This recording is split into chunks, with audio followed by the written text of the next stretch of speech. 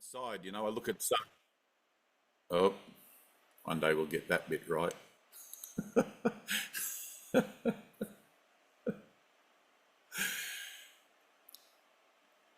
The whole human experience is an emotional experience. And a great deal of time is spent trying to avoid the emotions that we don't like.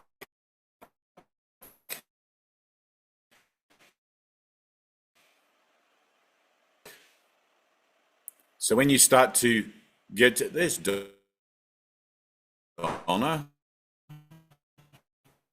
and Kevin, Malik, in the world, and you begin to wonder, there we go, Alexi's on board.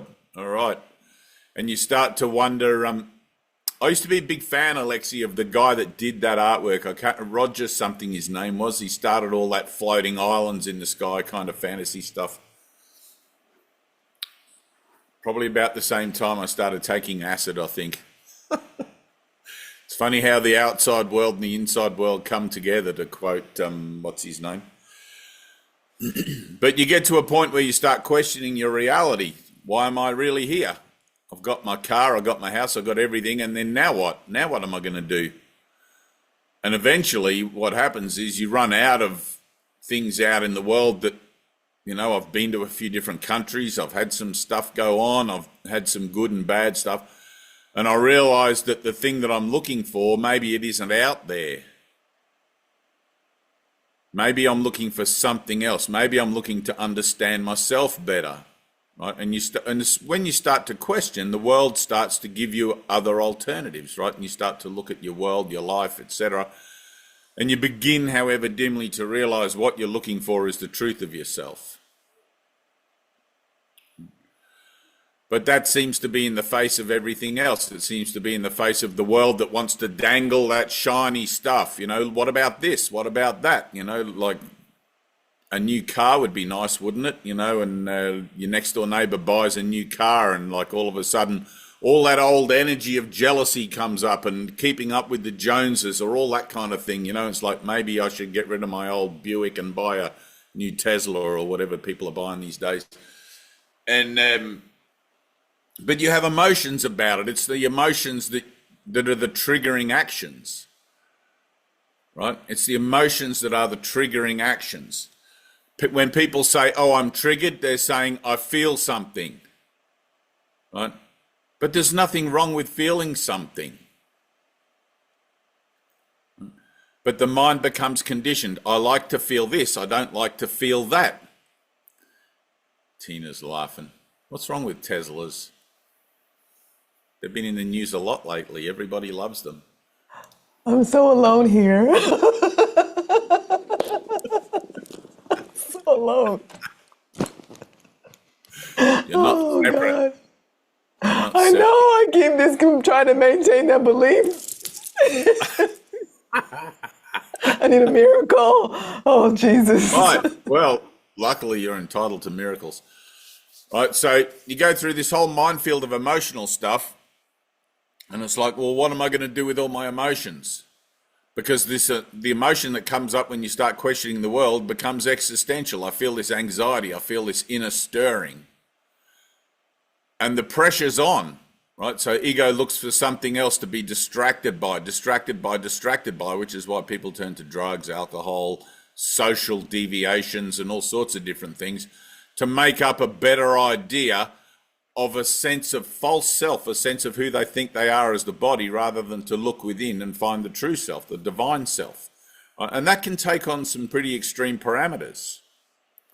You've only got to try and pinpoint for yourself what you think normal is, to suddenly begin to identify with things that you think are not normal, right?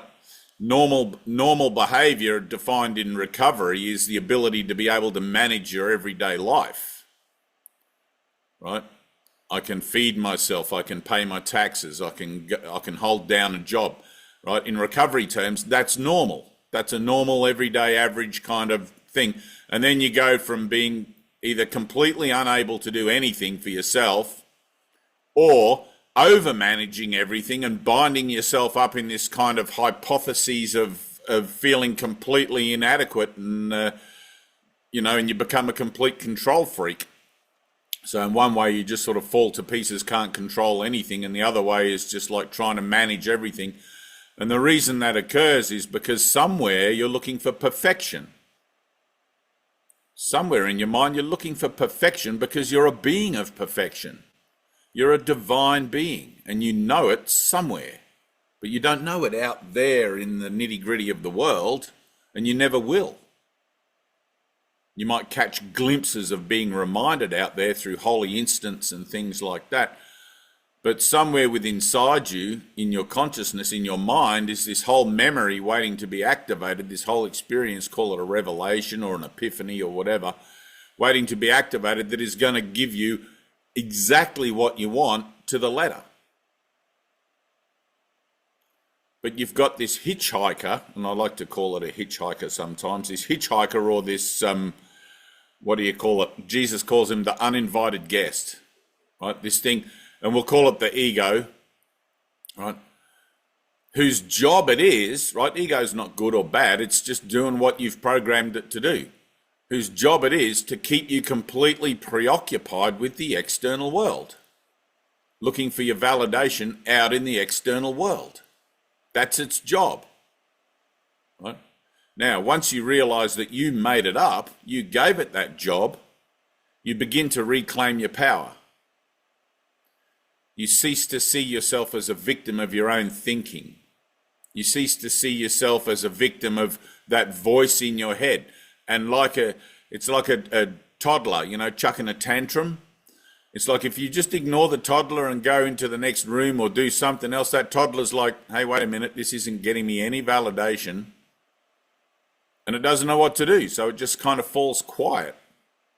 You know, eventually it runs out of its kicking and screaming.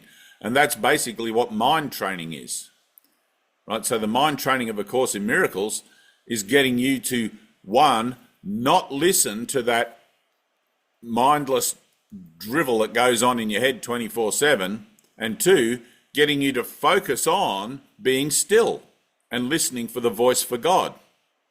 Now you can look at that as a kind of a meditative package, if you like. It's everything all in the one thing. It's all combined. So there's this kind of prayerful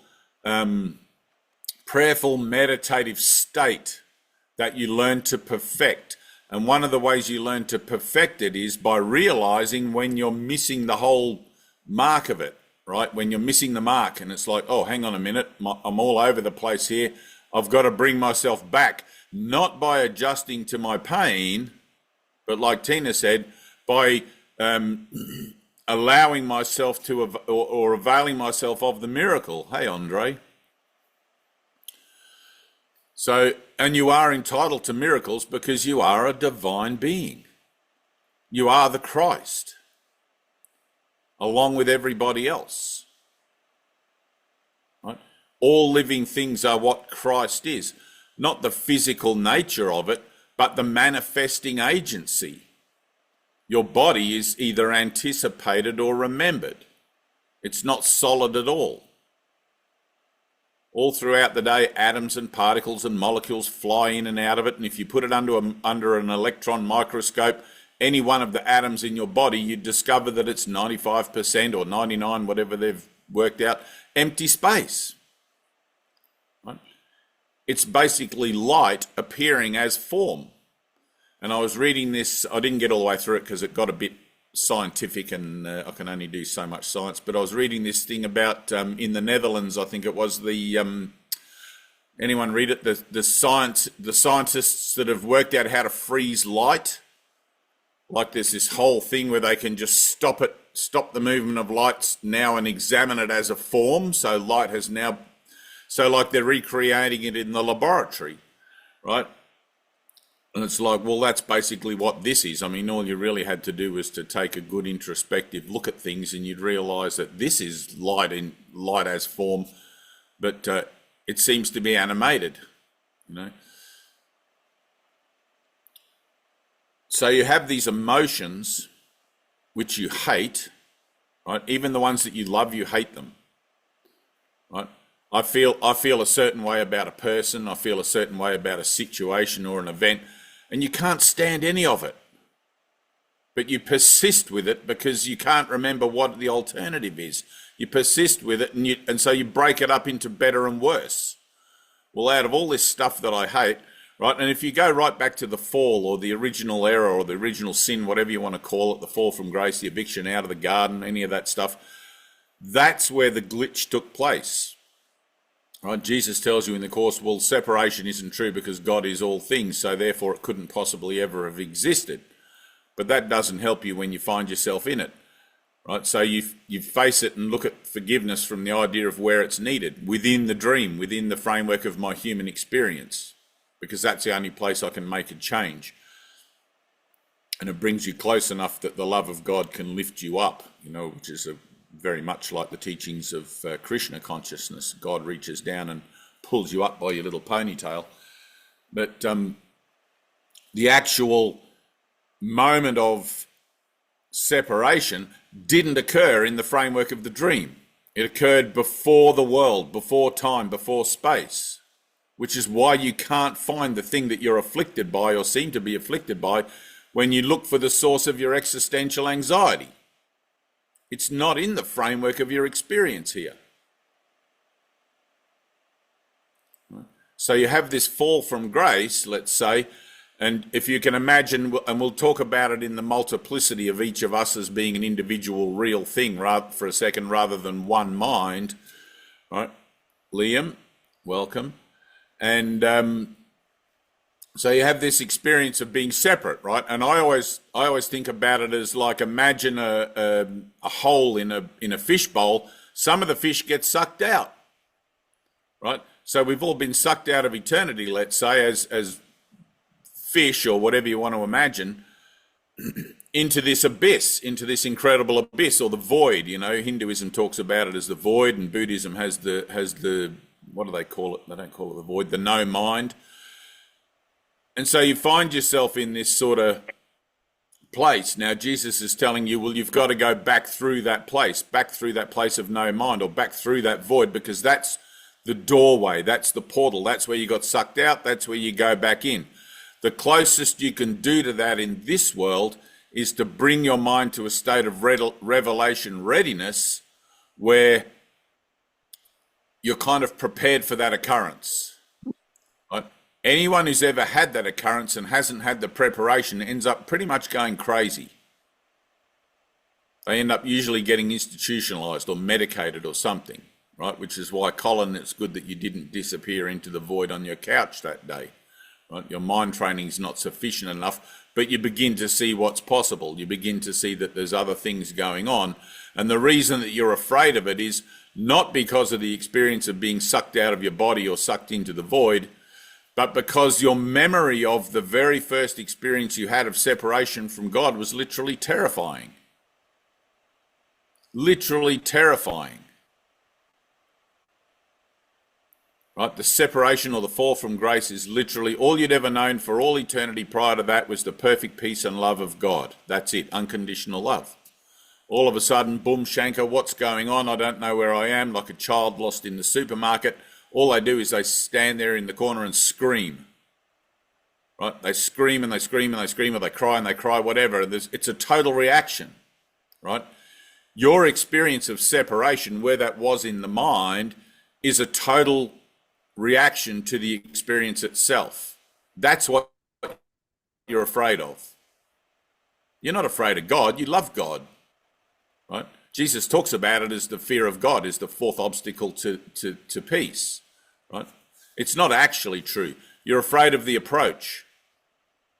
Right? You're afraid of the re-entry process. Anyone who's ever experienced the void knows how it feels. It feels terrifying. It feels like you're going to get sucked out of your mind and you're going to go absolutely crazy. It's terrifying to face it without knowing what's going on. And I always have the little analogy of when I was a child and your mother would come in, you've been in the bathtub for too long, and she'd just pull the plug out, and the water goes down the plug, and you have this unreasonable fear that you're going to go down the plug hole with the water, and you scramble to get out of the bathtub before the last bit of water goes down. There's that terror of being sucked down the plug hole. That's exactly how it feels when you enter the void. Right? Now, the caveat to that is there isn't really a void in God because God is whole. There's no lack, there's no emptiness, there's no void, there's no space. What you're actually experiencing is the shadow of a memory. The shadow of a memory of some idea that you think it was possible for you to be separate from God. It's impossible if God is everything, because that includes you. If God is everything, that includes you. The flowers on the sidewalk, the clouds in the sky, other dimensions, whatever you can think of, it's all God, because God is mind. Right? God's the Hebrew word I am, which translated through the Greek into Latin goes to psyche, to think and to remember in the Greek, to the Latin, God, but we think of God as being some sort of other person or other thing. And it takes a lot to break free from those archetypal kind of ideas of what God is. I like to think of God as like being like the Force in Star Wars. Whatever you use it for, that's what becomes kind of manifest from it. If you use it for love and for peace and everything, then that's the experience of it that you're going to enjoy. If you don't know what you're using it for, then that's the experience you're going to enjoy. Right? The yin and the yang. I don't know what my experience on earth is supposed to be, so I'm just going to follow the crowd. Yin and yang, better and worse. Well, maybe tomorrow will be better than today. I'll look forward to that. It's like, no, it won't. It'll be exactly the same. It'll be an experience of yin and yang, one thing following the next. And you look for the good stuff and try to avoid the bad stuff, but because the world's experience of separation is fundamentally dualistic, you can't have one without the other. And you'll try everything, like the power of positive thinking. That only implies negative thinking. You can't have one side of a pair of opposites in the world. You have to abandon that thought system in its entirety. You have to let it go completely. There is not one thought in your head that is going to tell you who you are. You'll have ideas about it. Well, I'm told I'm spirit and not the flesh. I'm told that I'm this and not that. But there's nothing there you can put your finger on exactly and go, aha, there it is. There's my thought of me. Because it's always going to be relevant to your thinking, to the association that you make up for yourself relative to your body. Jesus is telling you, you're not a body. Oh, screwed again. Now what do I do? Screwed again. I'll give up. That's what I'll do. I'll give up. And that's healthy. That's good. Just give up. Hey, Tar. And then all of a sudden you give up and that gets boring. How long do I have to give up for?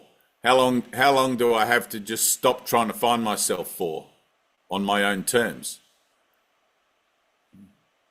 And then someone knocks on the door and off you go on another adventure, and before you know it, you forget all about self-inquiry.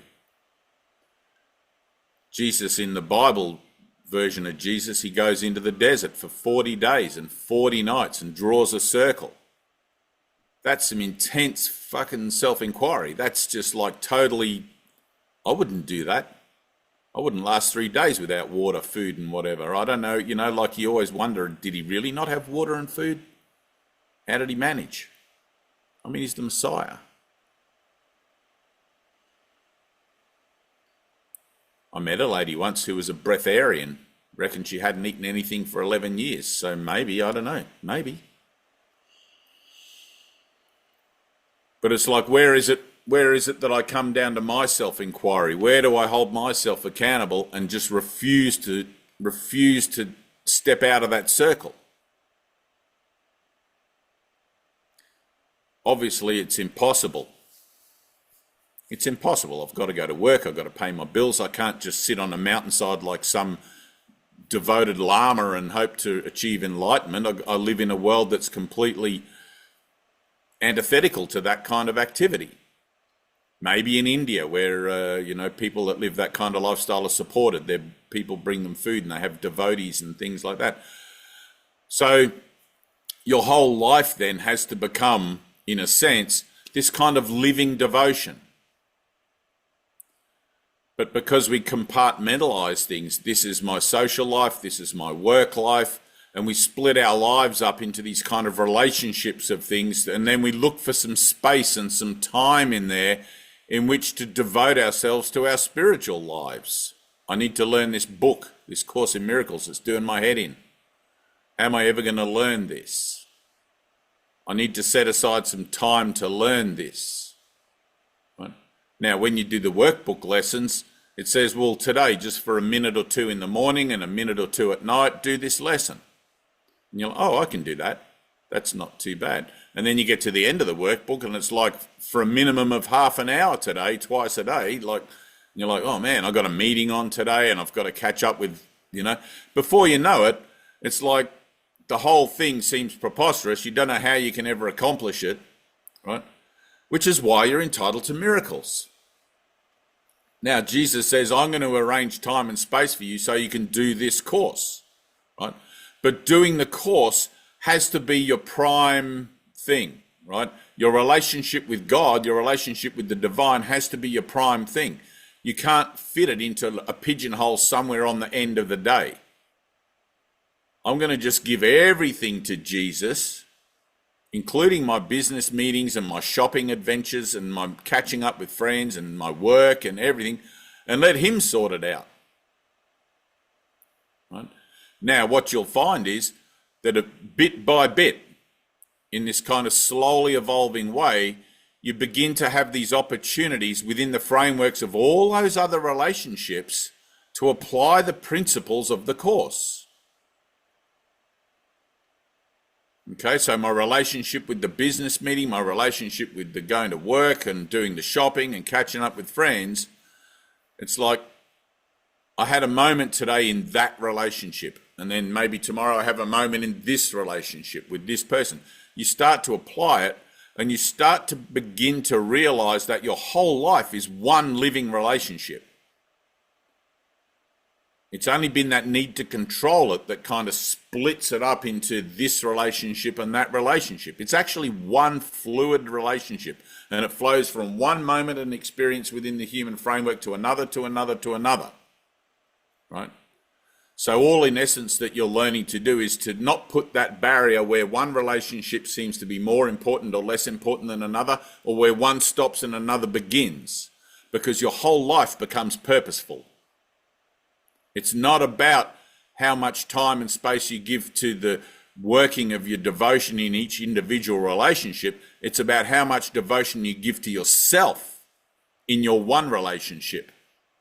I have one relationship with God, and that looks like these people that I work with, those people that I socialize with, whatever. It has different facets. It's like a diamond, right? I have one diamond, and as it spins in the light, it shows me different facets that I call relationships, but it's still the same diamond. So you learn to see your whole life as a reflection of one relationship you have with God. Like one of the lessons in the course, I have one life, and that I live in God. Right? I'm sustained by the love of God. I was reviewing that one this week in lesson 50. Right? I'm sustained by the love of God. It's like, well, that's not just sustained by the love of God when I choose to spend time with God in prayer. That's all day, every day, whether I'm aware of it or not. But in the process of becoming self-aware or aware of the purposefulness, if that's a word, the purposefulness of my human experience, it begins to transpire to all aspects of my experience here. I want to see that I have a true purpose in everything. In every place I am, there is God with me. There is the power of my mind with me. It's like Star Wars, the Force. If you're a Jedi, you have access to the Force 24/7, even if you're the bad Jedi, I forget what they're called, the Sith. Right? It's always there. But do you call upon it? Do you abide with it? Or do you just set time aside, So it's like, well, most people usually come to their idea of living a worshipful life incrementally. Maybe you go to church only on a Sunday and that's enough. You know, maybe you don't go to church at all and you're still trying to push that whole idea away because other things are more important. You know? But when you come to it fully, when you start to realize that the one piece of the puzzle that you've been missing is your own self-love. I've been putting love outside of myself and counting it on that person, this situation to fulfill me. It's like, hang on a minute, that's all ass about face. Love comes from within. Why do I only feel it sometimes and not other times? Why is it so elusive? Why do I feel it when I'm with this person and not with another person? Why the hell don't I just love unconditionally like I'm called to do? Because the ego gets in there and corrupts that. Yeah, well, look at that guy. He's got tomato sauce stains all down the front of his shirt and he's got cigarette burns, you know, and you don't want to love that guy unconditionally. But that guy there, he's wearing Paco Rabanne perfume, you know, and like all of this sort of stuff, or that woman or whatever. You know, there's always going to be this referencing that you can't avoid. You can't avoid it. To try and avoid it is transcendence.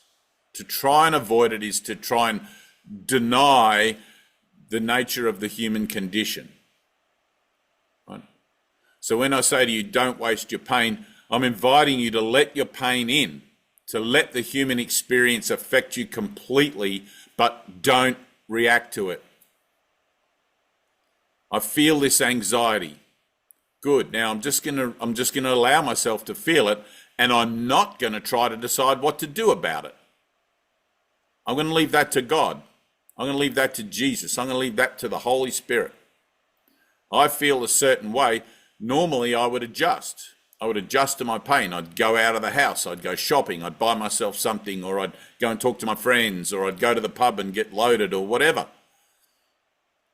Anything but feel the way I'm feeling.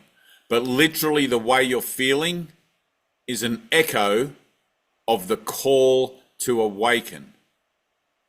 The only thing that's true that is happening in the dream is the call to your awakening. It's the only true thing happening. And you feel that call. Your ego wants to cover it up and say, oh, that's this and that's that. I feel uneasy, or I feel confronted, or I feel violated, or it'll always try to describe it and judge it and put some sort of pigeonhole for it so you can work out better how to avoid it. I'm telling you, don't avoid it. Use it. Learn to use it for what it's actually for. Train your mind not to listen to that voice that wants to judge everything and give it a name. Just feel. When Tina was playing that music before and you guys were just feeling it and letting it affect you, that's kind of like a romantic music, or and for a lot of people it'll have these, because we have these genetic strains that go way, way back to all this sort of stuff, each of us for our own thing. And it makes you feel something. Oh, it makes me feel sad, or it makes me feel heartfelt about a certain place or a certain situation that I remember and I associate with, and blah, blah, blah.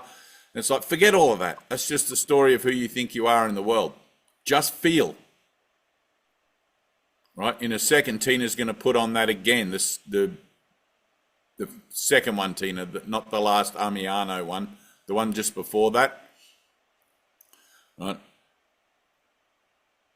Just feel. Learn to become the master of your mind. Don't react to those thoughts because they don't mean anything. Right? You are completely capable of getting through your day without having to listen to, that one. You're completely capable of getting through your day without having to listen to any of the thoughts in your head. Well, my connection is unstable. So my goal is inner peace. I don't have to react to the figures in my dream. I don't have to buy into the narratives of mainstream media, of my family, of my workplace, of any of that stuff. I've been doing that forever, and what does it get me? Nothing. It just gets me into this kind of crazy Course in Miracles meeting where I'm starting to realize how nuts I've actually been all along, and finally starting to see an alternative. The one problem and one solution is, I think I'm separate from God. The solution is, I'm not separate from God. But how much do I value that solution? Is it a total value? Because if it's not, I'm going to leave a crack in the door and that ego is going to slip back in. And it's very cunning, suspicious and vicious and all of that sort of stuff. And I won't even know.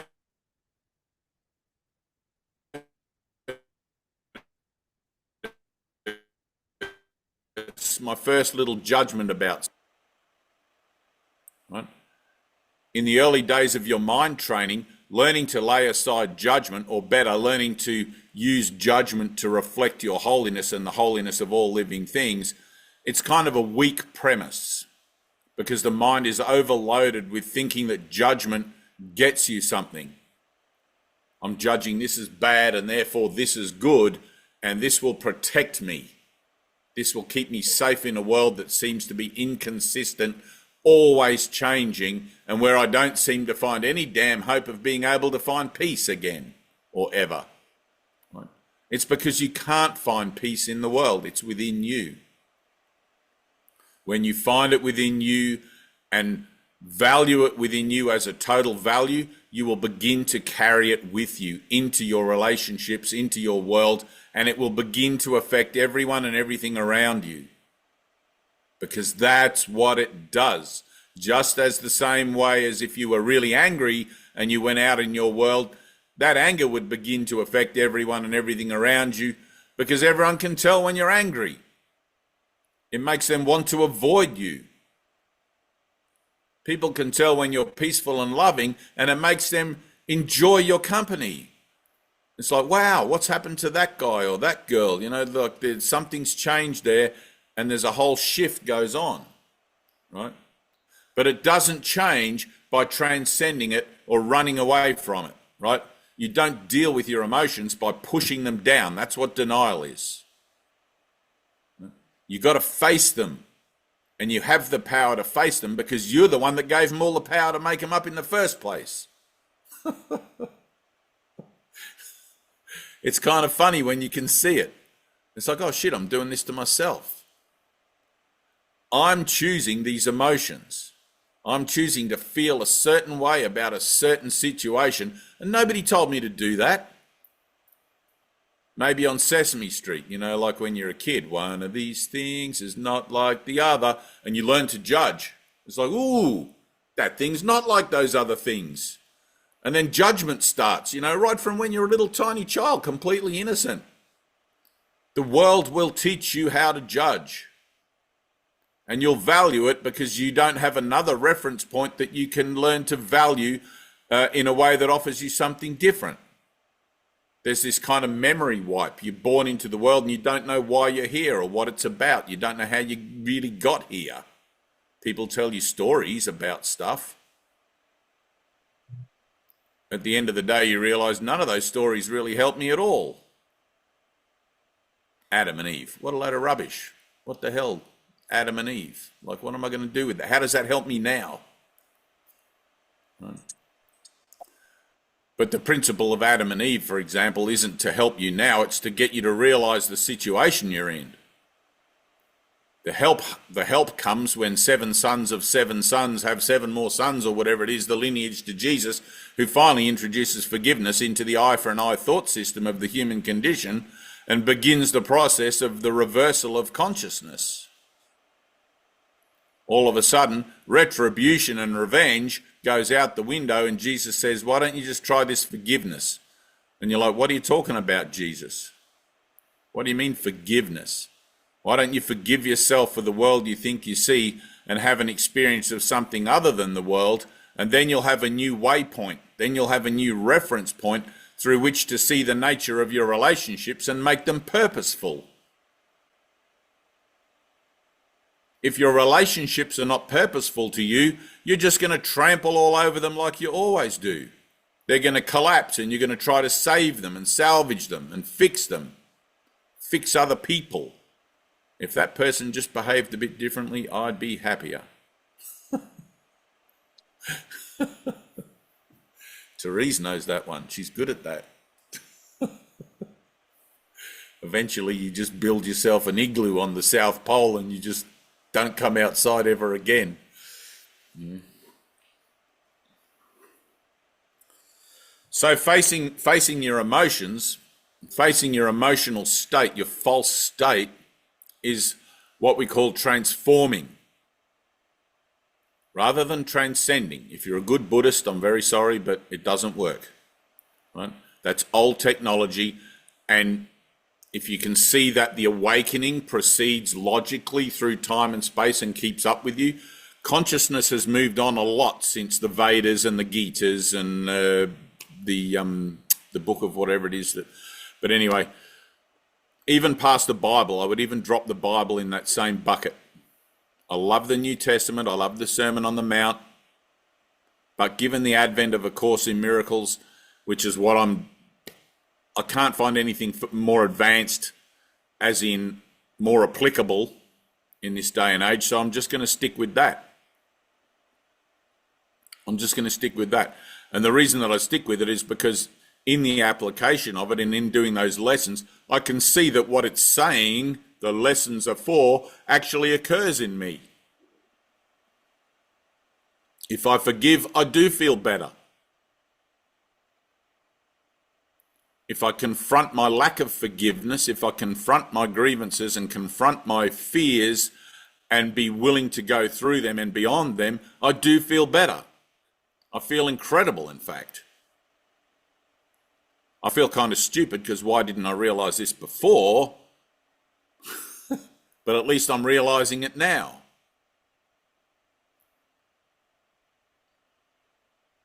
Judgment gets you nothing. Judgment brings only more judgment. Two wrongs doesn't make a right.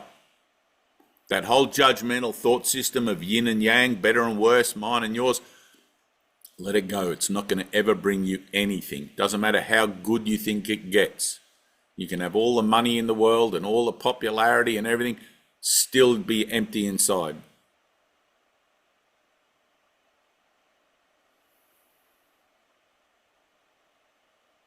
But you can't avoid it.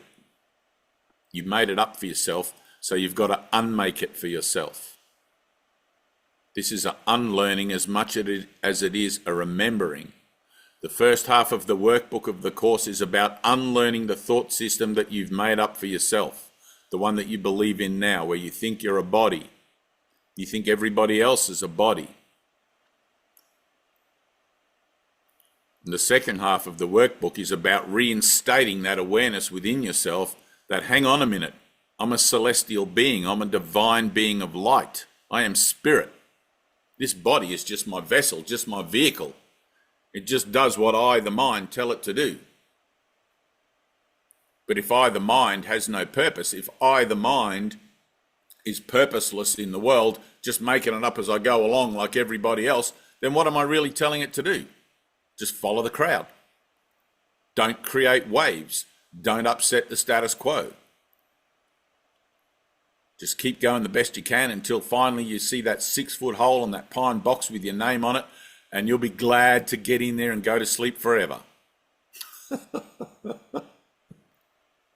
Wrong.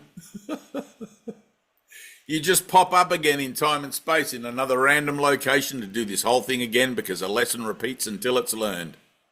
That's it. Time and space is a lesson in self-love. One lesson, one learner, one thing you're learning, self-love. And I hate to sound cliche, but it's that old thing, like if you don't love yourself, how the hell are you going to know how to love anyone else? It's true. It's a true thing. If I can't love myself unconditionally with all my lumps and bumps and all my mistakes and all my judgments and all my crap, how am I going to love somebody else with all their crap? It doesn't work that way. All I end up is being in a relationship with somebody and we end up pointing out each other's crap. It's all good at the beginning because you just want someone to be there to alleviate that loneliness and that empty feeling. And then after a while, that honeymoon period kind of wears off and you realize, hang on a minute, did you just fart? You know, did that guy just fart in the bedroom? And you start to pick it apart.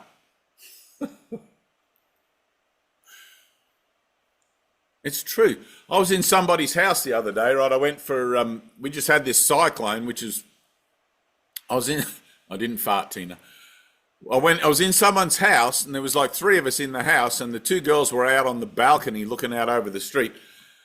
And we just come back from a swim in the river and I was putting my stuff down and I had this cap, like a baseball cap, and I put it on the table and it made this sort of burt noise, you know, like it sort of shibbied along the table. And the lady that owned the house, she looks at me and she goes, did you just, you know, and gave me this look.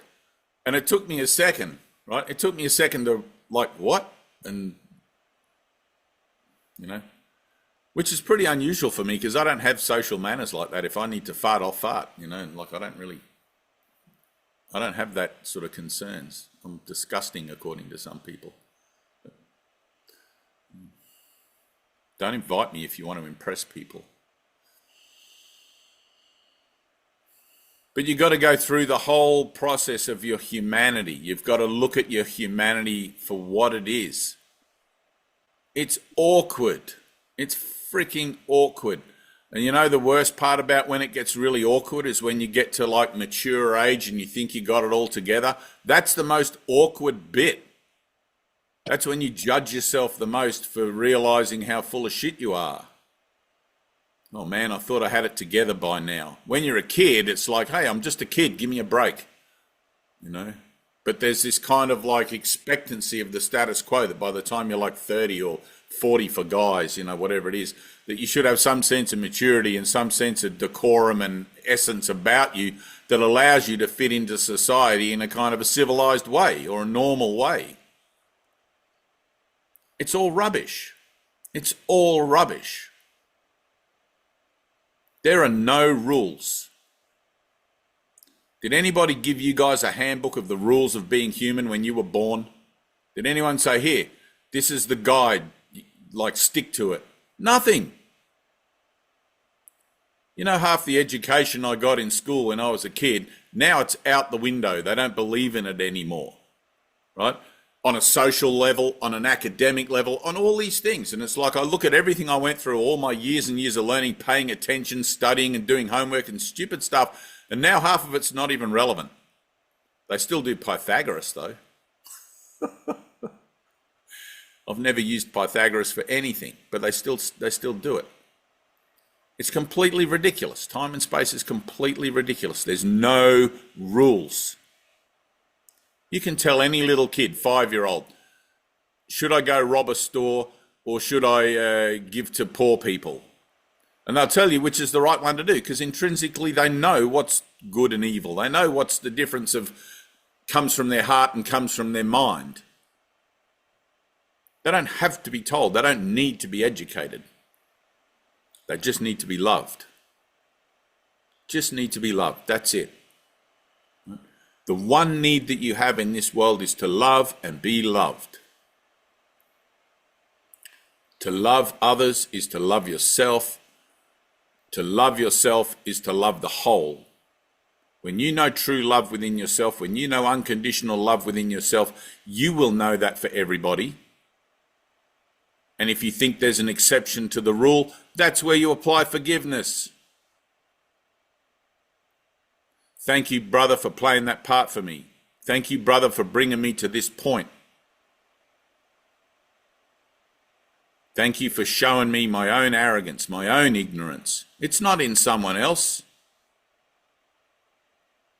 You know, like everybody wants to see a narcissist these days. You get a little bit of Dr. Phil on TV and everybody's an instant psychologist.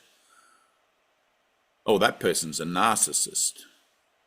This is how you spot a narcissist. Go and look in the mirror. There's the narcissist. There's the bully. There's the victim. There's all of it. Because the world reflects exactly what you think you are in your own mind as either a body in a world with no purpose or as spirit in a world that is purposeful to God, which is the extension of love. And there's this transition point between those two perspectives that we call healing or spiritual work. We go from one way of seeing ourselves to a whole new way of seeing ourselves. And you've got to give yourself a break. It's a rocky road. That's, it's not easy. There's some things you look at in the mirror and you're like, no way is that me. That's not me. I refuse to accept that reflection in that person. But if God is everything, that's you. It's like, I'm going to have to sit with that one for a second. Good, sit with it. See how it feels. Bring it up. Because I guarantee you, you would not see it out there in the world unless it was active in your own mind as a way of seeing. If it's a way of seeing, that means you relate to it. If you relate to it, it's part of your makeup. It's part of your genetic makeup. Do you really want that still inside you? Do you really want that living rent-free in you? Hell no. I need to spend some time with Jesus, and I need to get on my knees, and I need to pray for the healing of my mind about all this stuff I'm seeing in that other brother, because unless I'm seeing the Christ in my brother, unless I'm seeing the truth, what I'm seeing is false. What I'm seeing is an illusion, a deception, part of my old story. But I'm learning a new story now. I'm learning a new story that doesn't involve judgment.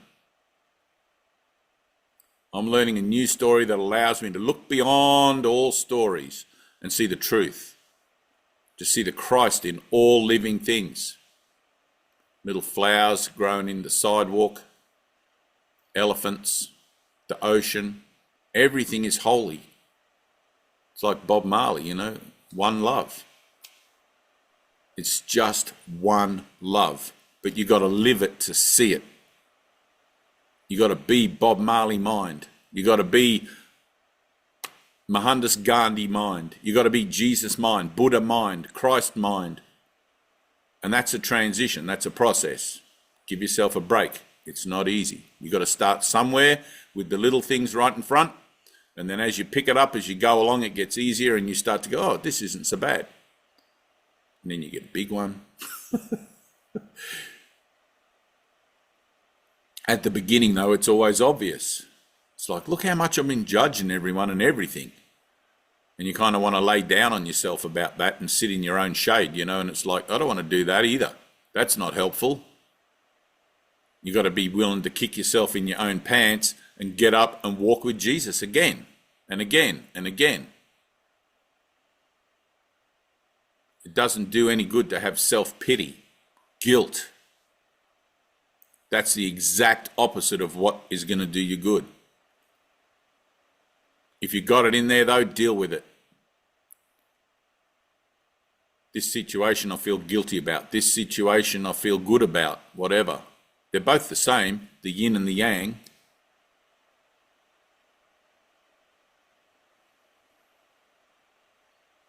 You'll get to the point where you don't feel a certain way about any situation in the world because there's this kind of gathering of witness through the application of forgiveness that brings you more and more and more to a sense of self that is divine rather than a sense of self that depends on how you feel about things about your relationship in the world. Eventually you die to the world, you give it up, you just let it go. Give up the world and follow me, says Jesus.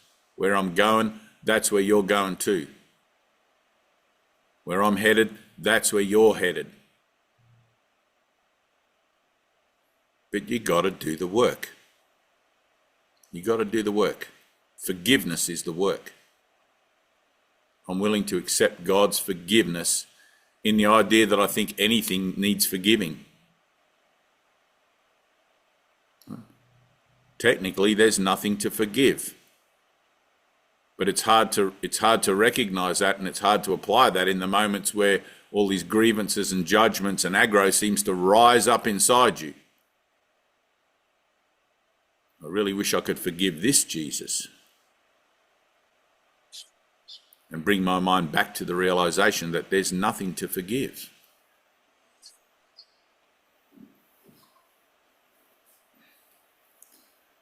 You think God is judging you? God doesn't judge, God just is. It's like the Force. I'm going to use the power of the Force to judge myself, and judge everyone, and judge everything, and then I'll feel like I got it. Good luck. Good luck with all that. We'll be here when you're tired of it. When you're tired of all that judging stuff, we'll be here waiting for you with open arms. Because you're worthy of love. You're worthy to be loved, and I love you unconditionally. Tina, play that music again. All right, now you guys close your eyes for a second. See if this invokes any kind of emotional feelings, right? And then afterwards we're going to play, what's that one? I used to read Word Up magazine. Biggie. Can you cue that up for next? After this one. After this one. All right.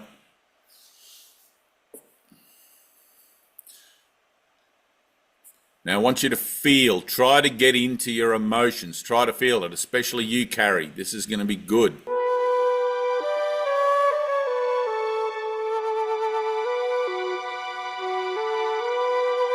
Let yourself fall into innocence. Let yourself fall into childhood, fall into whatever memories this might bring up, whatever feelings it might bring up.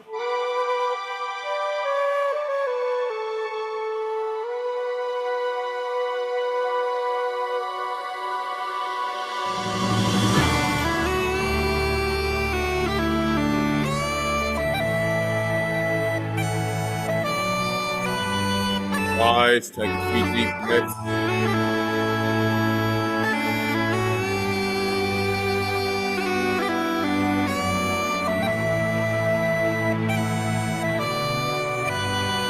Feel.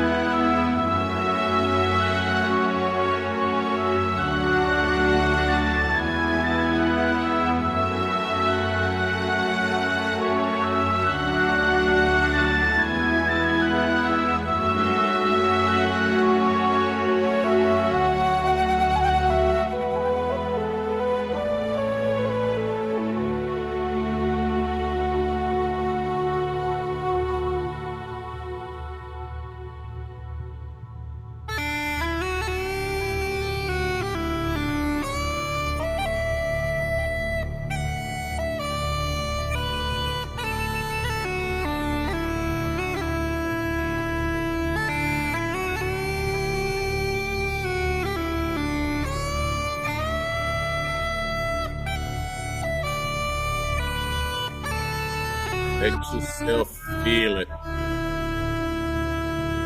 Right, play the other one.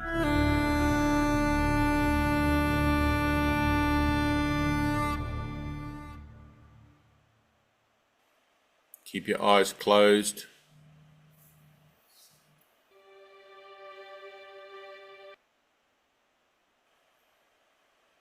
You got Biggie there.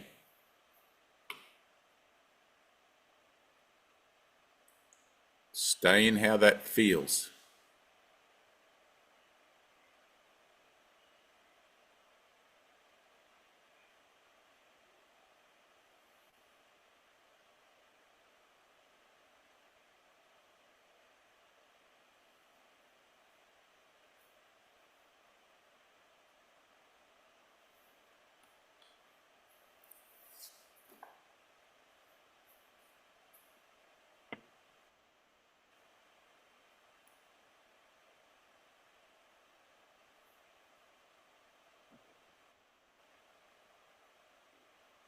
No. DJ's having a moment.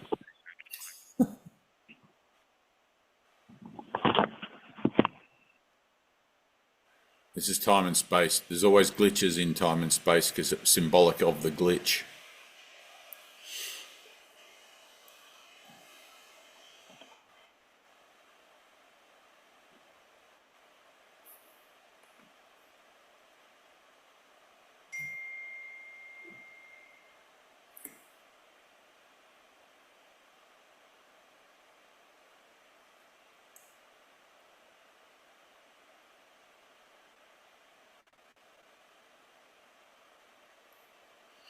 No. Oh, yeah. She's got it. Here it comes. Yeah. This album is dedicated to all the All right, teachers listen. who told me I never amount to nothing. To all the people that lived above the buildings that I was hustling from that called the police on me when I was just trying to make some money to feed my daughter. And all the niggas in the struggle, you know what I'm saying? It's all good, baby. It was all a dream. I used to read Word Up magazine. Salt and Pepper and Heavy D up in the limousine. Hanging pictures on my wall. Every Saturday, rap attack Mr. Magic Molly Mall. I let my tape rock till my tape pop. Smoking weed and bamboo, sipping on private stock. Way back when I had the red and black lumberjack with the hat to match. Remember rapping Duke? The hard, you never thought that hip hop would take it this far. Now I'm in the limelight cause I rhyme tight. Time to get paid, blow up like the world's trade. Born sinner, the opposite of a winner. Remember when I used to eat sardines for dinner? Peace to Raw G, Brucey B, Kid Capri, Funk Master Flex, Love Bug, Star Ski.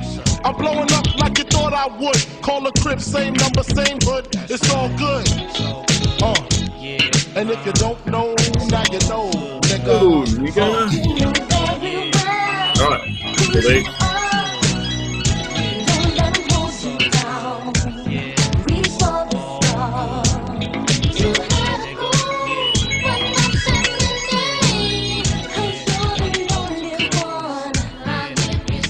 I made the change from a common thief to up close and personal with Robin Leach. And I'm far from cheap. I smoke Tina?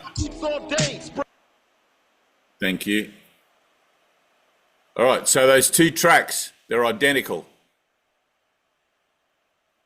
Those two tracks are identical. The mystical kind of Highlander tune and Biggie, it's the same exact thing.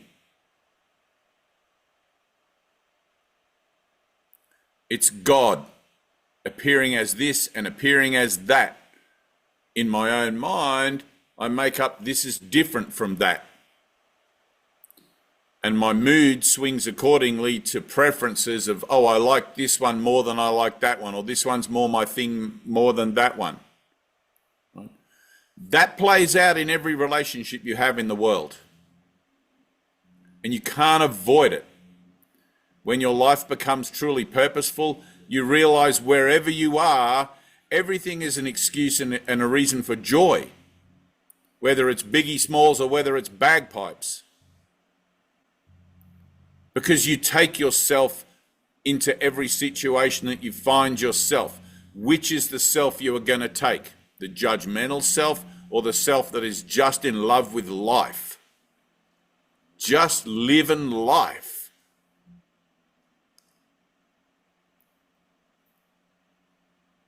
That makes sense, Jono? Right. It's not about cup half empty, cup half full. It's about realizing there's no cup. You're not here to balance something. There's nothing more unstable than the notion of trying to balance your life. That's ridiculous. It's just your life. It doesn't need balance. It's whole. It's perfect. When you see it as purposeful everywhere you go, it will become whole and perfect to you. God goes with me wherever I go, whether I'm at a hip-hop concert or whether I'm listening to the pipe band of some place. God is there with me. I am either the extension of God's joy and peace and love in every situation or not in any situation. It's one or the other. Right? It's either total or it's not total.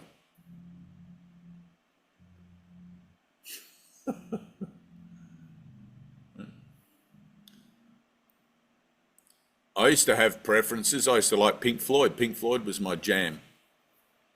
And now even that's come down, right? So in your relationships, Jesus says all relationships, the nature of relationships is teaching and learning, right? And it brings about an equilibrium. There's an equilibrium of learning and teaching in every relationship where the amount you can teach and the amount that you can learn have reached their maximum potential, and that relationship has become holy. There's no separation in between the teacher and the idea of being taught. Right? All of a sudden there's nothing to teach and no one to teach. Now, that's the status quo as it is already, but that doesn't mean that's where you find yourself in your own mind, which is why I'm always telling you guys, get out of your comfort zone. Quit your job. Where's Carrie? Quit your job. Get out of that comfort zone, because comfort zones are a trap. Right? Go hand in your notice after 15 years of living in a 3-meter square office with no window, right? And let something else happen, no matter how scary that's going to seem. Right? Seen rightly, it doesn't have to be scary, because you're doing it with an awareness that God goes with you everywhere you go. So what the heck is there to be scared of? Right? But this is a journey of faith. All of a sudden, well, what if God doesn't go with me? What if God was only there in that little 3-by-3-meter office? Maybe I felt safe there, and now I feel like I'm out in the big wide world. It's like when kids leave the home for the first time. They're excited to leave home, but there's always this anxiety about what if I need some pocket money? What if I need this? What if I don't have enough food in my cupboard? And, there's all of that. Every time in this world you experience change, it's going to bring up the resistance to change that you had. The reason that you resist change in the world is because fundamentally somewhere in there, you're a changeless being. You know that things don't change. Eternity is formless and it's the same forever. It's just unconditional love. You come here to the world, it's like, what the hell is all this change? What do you mean you love me and now you don't love me? This doesn't make sense. Somewhere you've got this kind of invisible reference that you're trying to remember. Why doesn't this make sense? What's wrong with this world? Why don't people just love each other here? What is so difficult about that? 5-year-olds know that it's not difficult. They don't care whose parents has got more money than whose other parents. They don't care about any of that stuff. They just want to be in the sandpit, making the biggest castle they can and then knock it down again. Because that's their deal, just to live in that moment, just to be in the joy of that sandcastle, right? And then the next second, boom, it's another whole thing. They're over on the swings. Then the next minute, boom. Right? There's no rules when they're a kid. When you're a kid, you just go with the flow. You just do whatever it is that's presented and bam, you're into it. And then you start to judge. Oh, yeah, but I prefer the sandpit. Those swings are scary. I'm just going to stay here in the sandpit. Might hurt myself on the swing. And that transfers to every relationship in life. Growing up, your work relationship, your home relationships, family, friends, everything. That sense of uncertainty. Because somewhere in here, in the back of your mind, you're a divine being, a changeless being. If I can just control my comfort zone, if I can just keep myself within these little parameters of who it is that I define myself to be in my house and in my job and in my this and that and the other, don't change anything, then I'll have peace. And then there's an earthquake, or then there's a flood, or I've just been through a cyclone. It's like, it was totally exciting. Like the cyclone was totally just as exciting as this. It's like, cool, cyclone. Right, that's the next thing. It's like all the kids running around the playground. There's the next swings we're going to. As soon as we finish this castle, we're going to do the swings. Yes. Right? It's a total yes all around.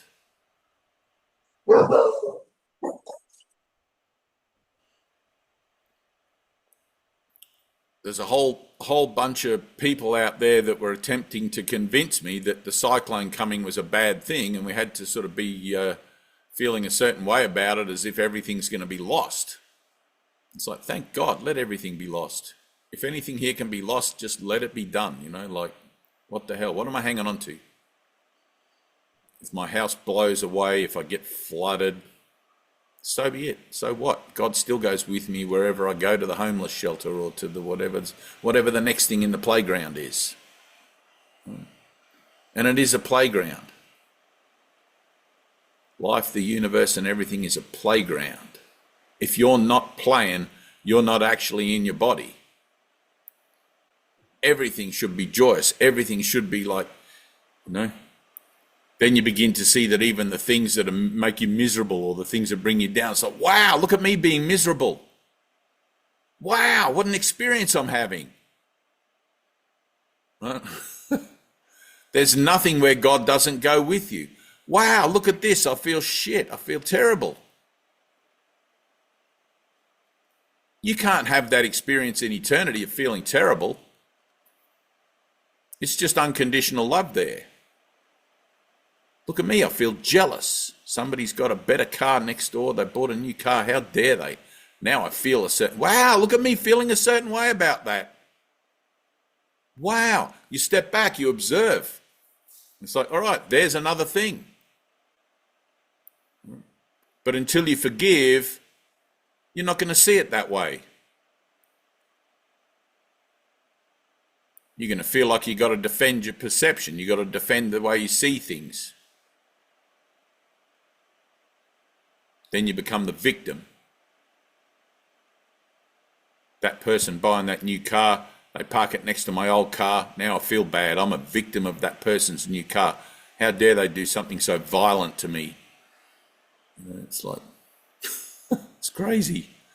It's crazy. And you start to see the whole world that way. Everything is crazy. Everything's just judgment. This versus that. This opposed to that. Yin versus yang. You've got to realize where that all goes. You know, I love, there's a scene in The Matrix. If you guys haven't seen The Matrix, the original one, you got to watch it where Neo wants to get out of the car. Right? They're taking him to meet Morpheus and they're telling him about stuff and that bug, you know, they pull that thing out of him and he's like, what? This is real, you know? And he wants to get out of the car and she says to him, and they pan to the picture of the road and it just goes off into the darkness, right? Where he's going to get out and they're looking down the road and she goes, you've been down that road before, Neo. You know there's nothing down there. And he looks, Tina, you're going to have to watch it again. He looks down the road and he realizes that she's right? She's talking about the world that he's come from. It's not just that road, it's the whole world that Neo thinks that he comes from, that he's been down that road before and there's nothing there. Oh, where's Joy? Look, Therese has a little friend. Where's Joy? Joy's got a little friend like Therese has. Oh, Gay, there's Gay. Gay, I mean, not Joy. Where's your little dog, Gay? It's like the same little dog. Oh, out the back? Barky Bone Cruncher. Oh, he's having a sleep. That's unusual. So you've got to be done with it. You've got to realize that I'm done with that way of seeing. I'm done with judgment, right? You don't have to know how to be done with it. You've just got to know that you're done with it. I don't want to live a judgmental life. It doesn't bring me anything, right? Then every relationship and every situation you find yourself in becomes purposeful for seeing how true you are to that declaration. I'm telling myself I don't want to live a judgmental life, but when I got home from work today, I sat down for a minute and I realized that I still continue to judge everything. So that's okay, that's good. At least you can see what you're doing. At least you're being honest, right? Let's try again, right? So I'm going to practice laying aside my judgments, right? You go back to work the next day, there's that same person that pushes your buttons. Where's Carrie? There's your boss that you hate. There's that whole thing. And all those judgments come up again, and there's your boss again, make me a cup of coffee. And you're like, you want to say something, you don't want to judge, you're remembering, you're being purposeful. I don't want to judge this. I want to say yes, but I feel like I want to just tear him a new one. I feel like I want to take that coffee cup and throw it at his head, right? And it gets like that. You've got to learn to use that. All that emotion, when it comes up, learn to use it for healing. Instead of becoming reactive, become responseful. I want to respond, not react. What am I going to respond with? Just more of my own nonsense? Or am I going to ask for a miracle? Am I going to ask for guidance? Because the whole point of your spiritual endeavor is that you're learning to become miracle-minded, not who I think I am as a person-minded. Because I'm telling myself that that hasn't worked. I'm telling myself that I don't have any answers. I'm going to learn to listen to the voice for God within me. I'm going to learn to listen to the Holy Spirit. And if that looks like people think I'm crazy for a second because I don't answer them, and just give me a second. Let me take a second here about this coffee. It's like, yes, I'll get you the coffee, but I've got to process the way I'm feeling right now. And people will be looking at you like, what the hell's wrong with you? You're doing all Oprah Winfrey right in the middle of the office, you know. So. But you got to do it. You got to be willing to be looked at like however people are going to look at you when you change the storyline. Because they're going to just come to you. Your relationships are just going to show up for you the next day in the same old way they always have. And they're going to play out the same old script, the same old story, right? Juliet comes out onto the balcony. Romeo, Romeo, where are... Romeo's like, hang on a minute. I can't do this anymore. I've done this forever, this stupid West Side Story or whatever it is. And Romeo walks off the stage. All of a sudden, Juliet has to ad-lib. The whole thing changes. Everything's different. It all falls apart and it has to come back together again a whole nother way. That whole nother way is without your input. That whole nother way, I'm just going to leave that to God. I'm sure God, the creator of the universe, can organize what happens next.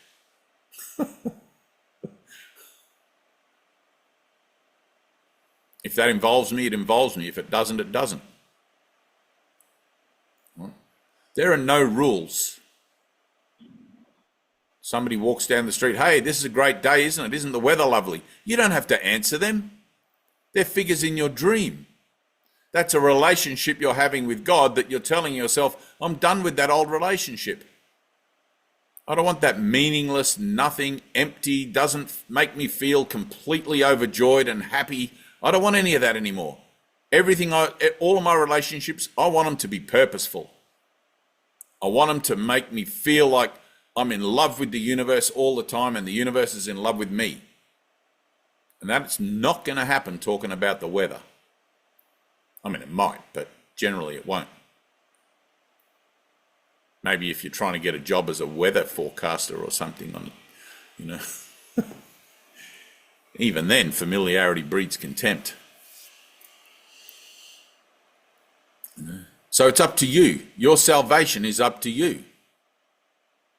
I have to be the change that I want to see in my world. That's straight out of the playbook of Gandhi. I have to be the change that I want to see in my world. What am I willing to do to affect that change? Am I willing to just be still for a second? That's all it takes. Am I willing to not react to the situations and the figures in my dreams and the whole world just for a second? In this relationship, in that relationship. Because it's only when you react to it that you perpetuate it.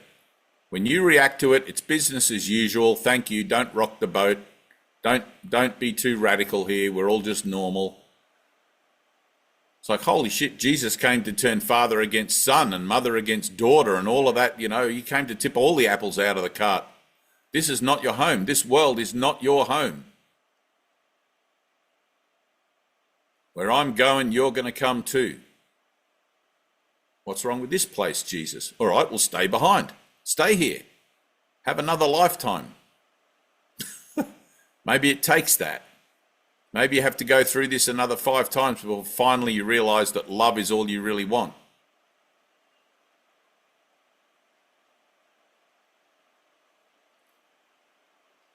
But I've got to realize where it is that I think love is not all I really want. Well, I want love, but I also want, I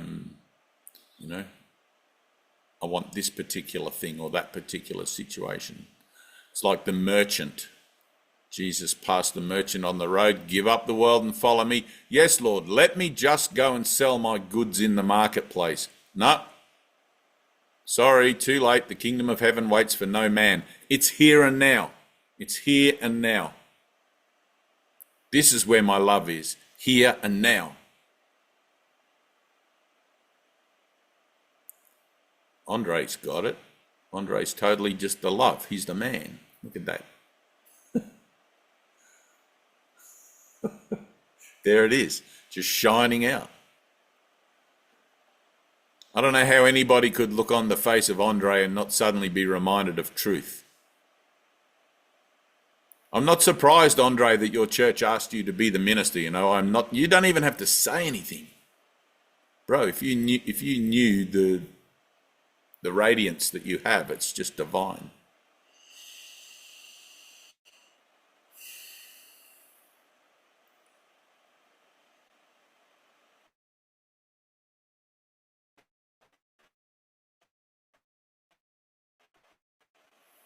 There are no rules. Reciprocal relationships are a lie. You tell yourself so you don't have to feel uncomfortable. Reciprocal relationships are a lie that you tell yourself so you don't have to feel uncomfortable. I want you to feel uncomfortable. I want you to be out of your comfort zone. If you can be rocked, if you can be upset, then let's be about it and get that done. Let's get that healed. Because it's time to stop hiding from yourself. It's time to stop kidding yourself that you think there's something other than love you want. And to want what you already have, it isn't really a want. It's an acceptance of the fact that I'm already perfect. I'm perfect and whole as God created me. I'm only going to sit here and say the same thing until time and space is done with this body. I'm like a billboard on the King's Highway. You're perfect. I love you. What the hell are you worried about? That's my job. You're perfect.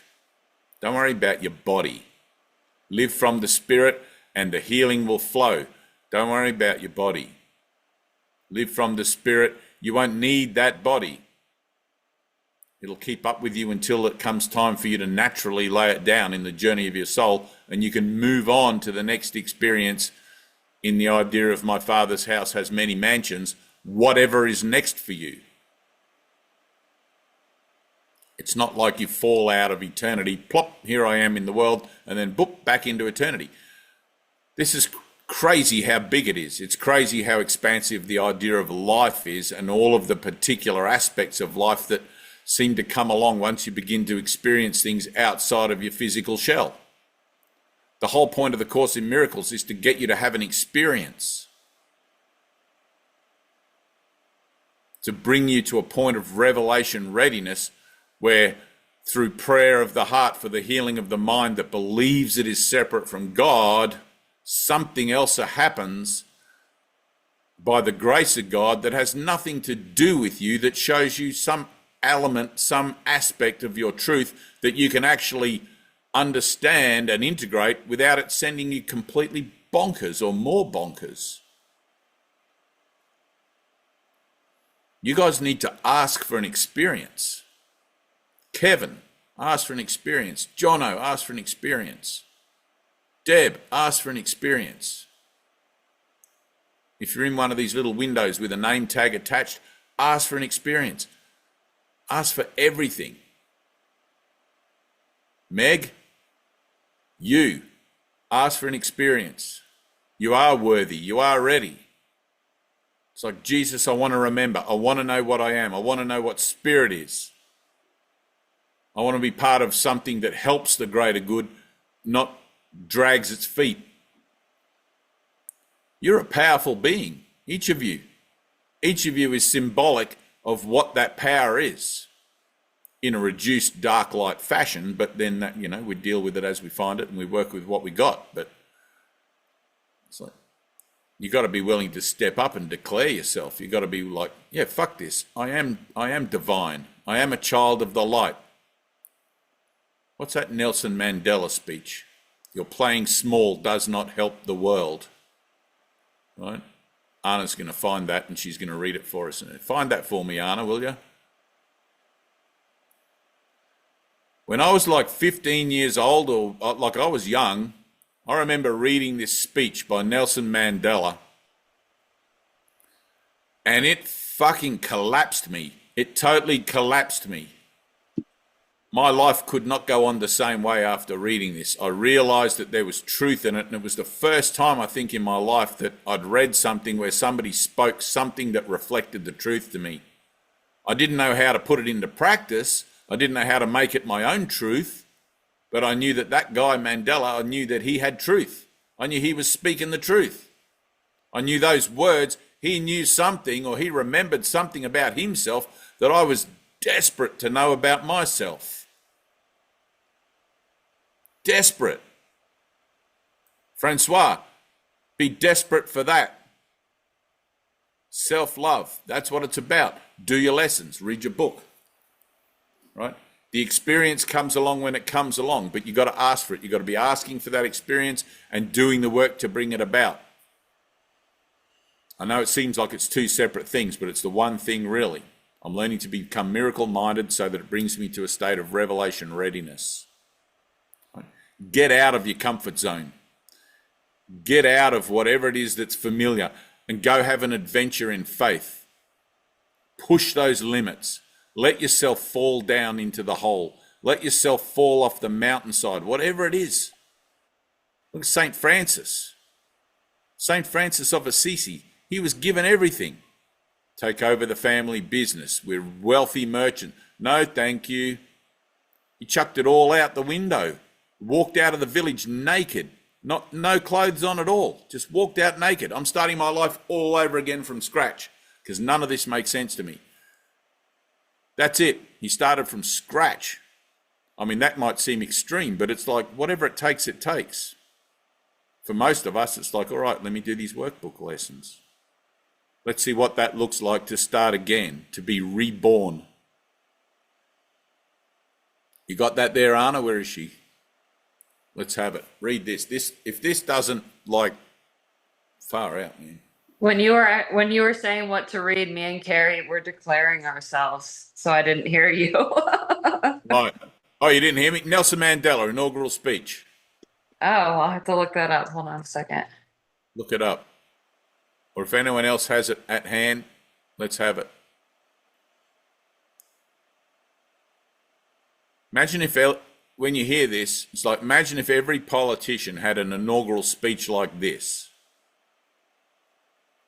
It would be just, you know, woo-hoo.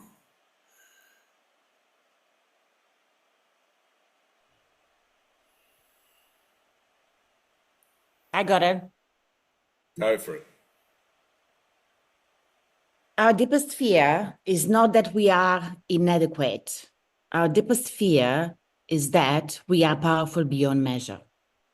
It is our light, not our darkness, that most frighten us.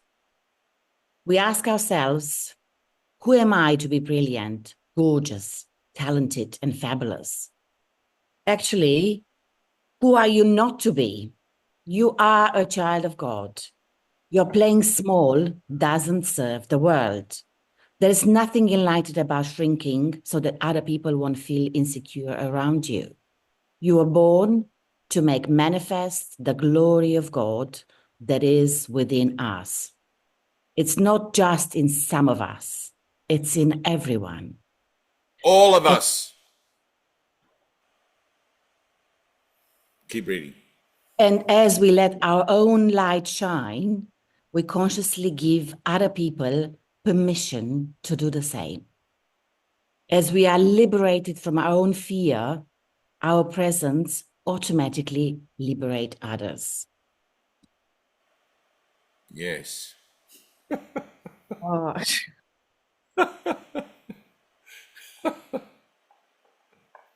That's the whole thing right there. That's it. In a nutshell.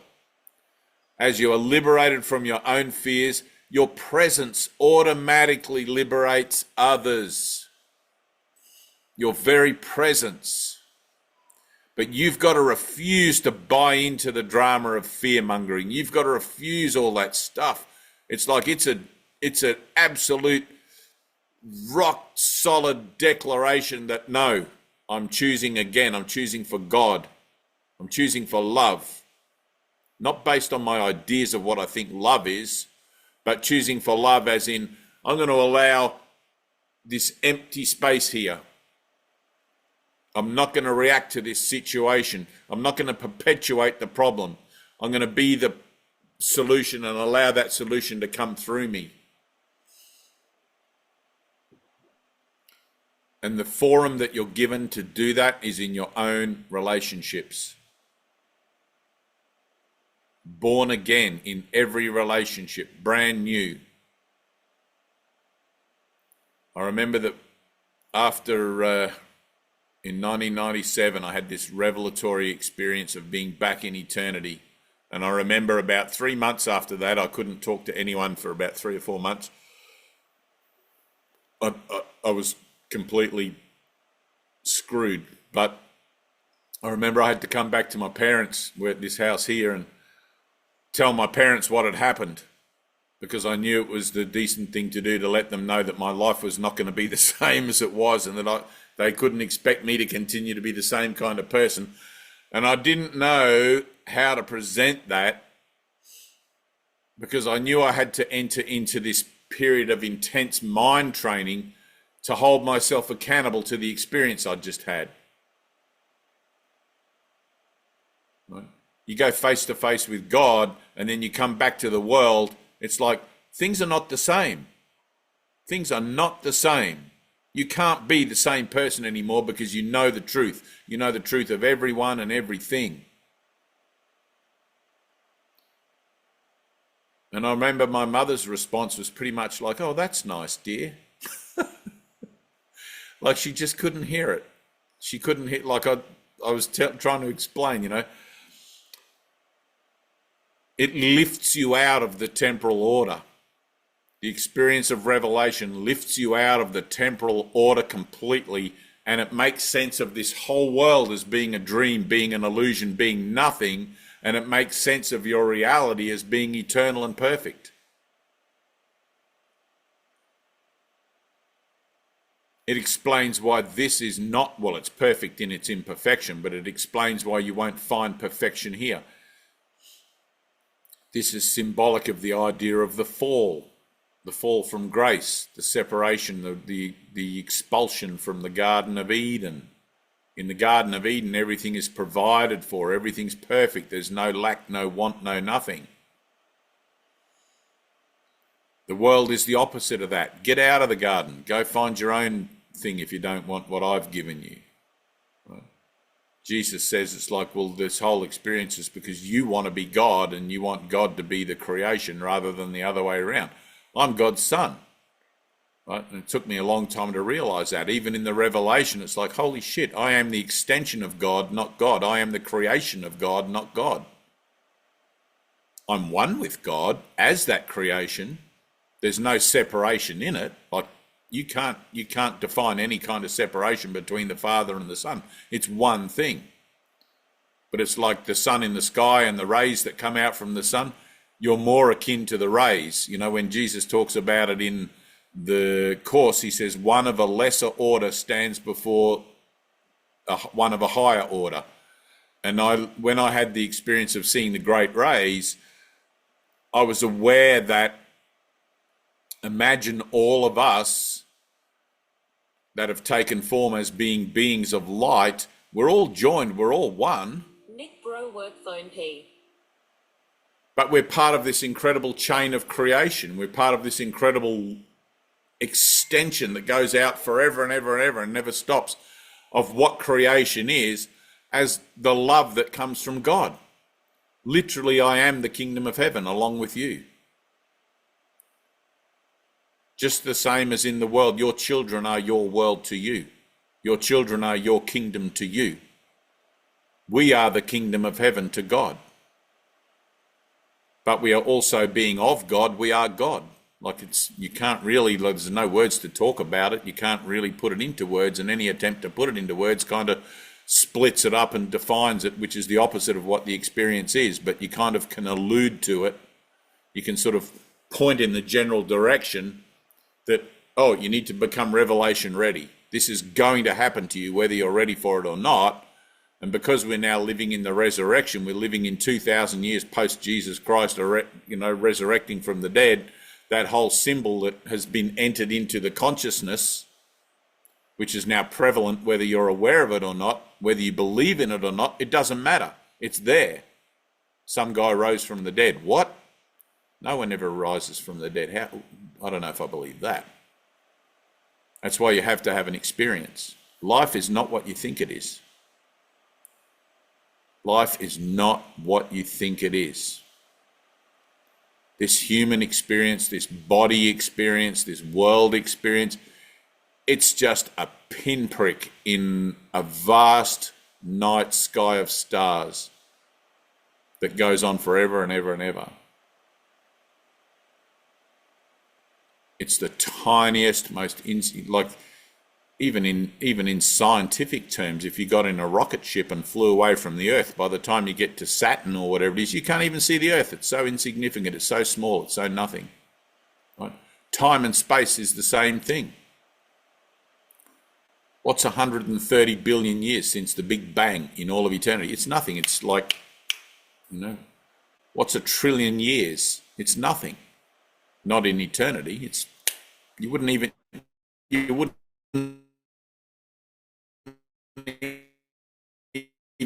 hear the click.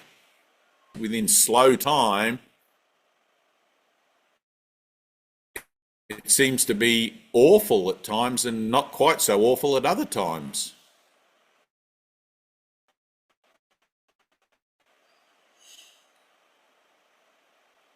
I think my connection is a little bit unstable.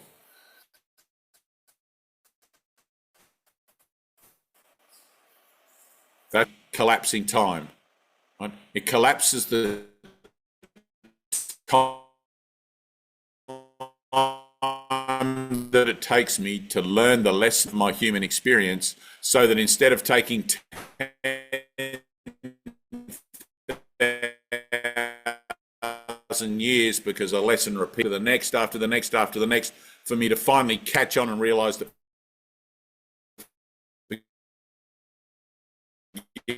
forgiveness is the answer to my problem there, I can offer it into the world and collapse the time of that learning that it would have taken me. But if it wasn't for Jesus coming to bring forgiveness, I would have stumbled along in the dark for a long, long time trying to work out why this shit keeps happening to me. Why do people keep treating me this way? Why is my world like this? It's like, oh, I get it now. It's like this because I think I'm separate from God. Yet in this world, as above, so below, that's impossible. God is everything. There is only the will of God here in the world. But in this world, to witness to the will of God, you have to begin to participate in the way where the witnessing can be seen. And that looks like walking in the shoes of Jesus Christ. It looks like walking in the shoes of Krishna. It looks like walking in the shoes of the Buddha, of anyone else who's had a non-temporal experience that's come back to talk about it and tell you how that happened.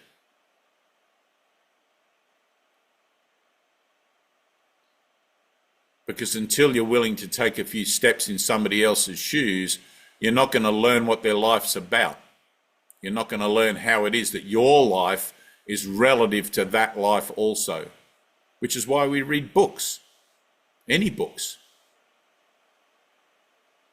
You read a book by a Holocaust survivor or something like that, you're walking in that person's shoes. You're there, you're feeling what they felt, you're experiencing what they experienced, and you're building your own human understanding.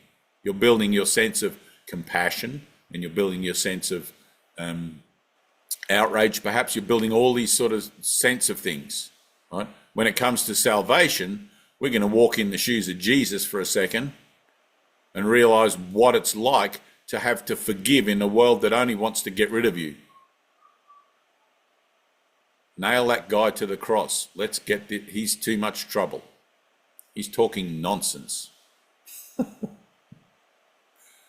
it's literally in the walking in somebody else's shoes that you begin to know the truth of their statement, the truth of their living.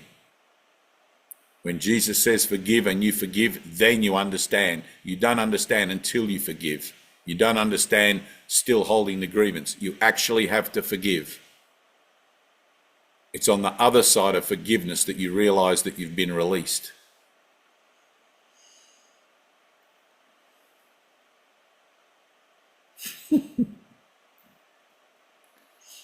A leap of faith. You can't dip your toe in the water. You've got to take the leap. You've got to take that step and trust that God will catch you. The universe will support you. That's why I tell you guys, get out of your comfort zone. It's like Jesus said, sell your house, give your money to the poor. Follow me. Anyone here done that? I did that. Anyone? I did that. I literally walked out of my house. He told me to and I did. The bank took it back.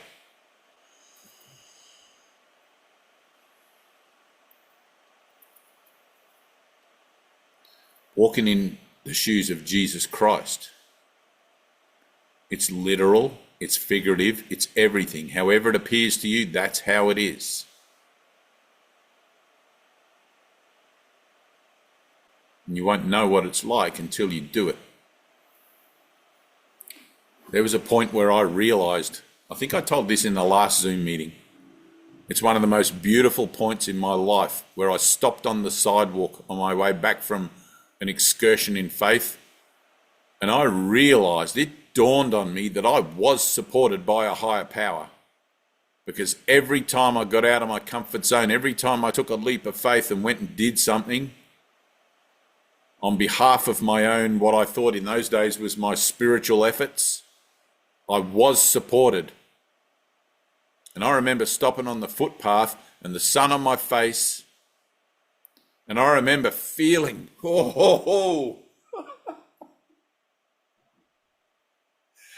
I remember feeling the presence of a higher power. I remember feeling it, that there was some sort of force, some sort of thing that I was part of, and it was supporting me. And that moment on the footpath is burned into my consciousness. It's like like a brand on a cattle, on the bum of an ox, like it's there. It was no longer faith required. It was rewarded. From that point on, I didn't really need faith. I knew. And I was ready for revelation. And it wasn't long after that that revelation came.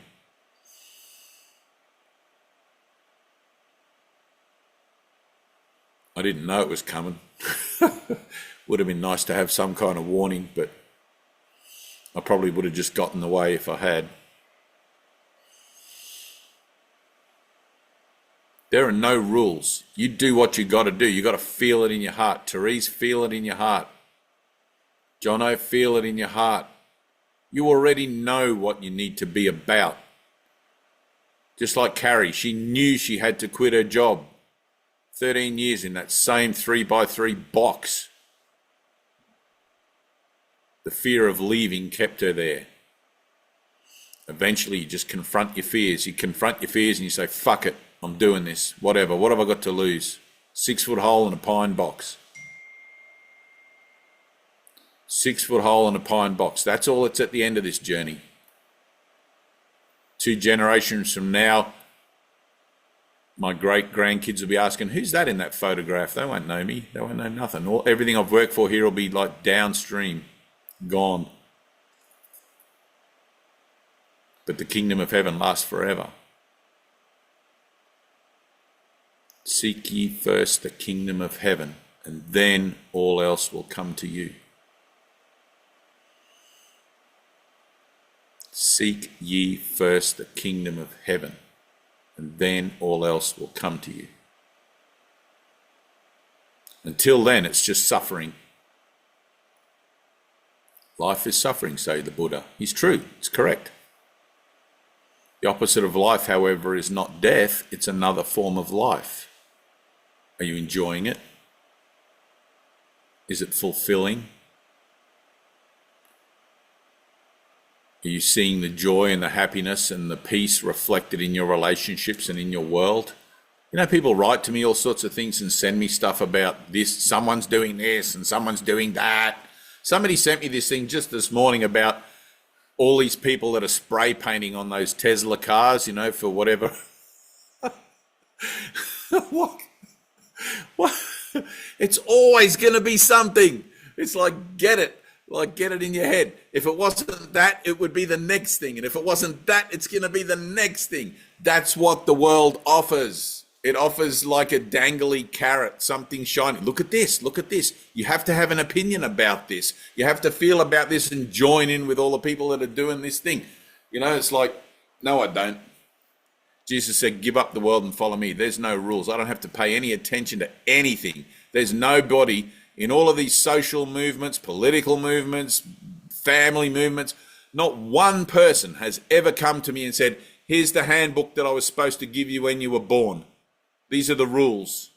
This is what you have to do. That's bullshit. No one is forcing you to do, think, or feel anything.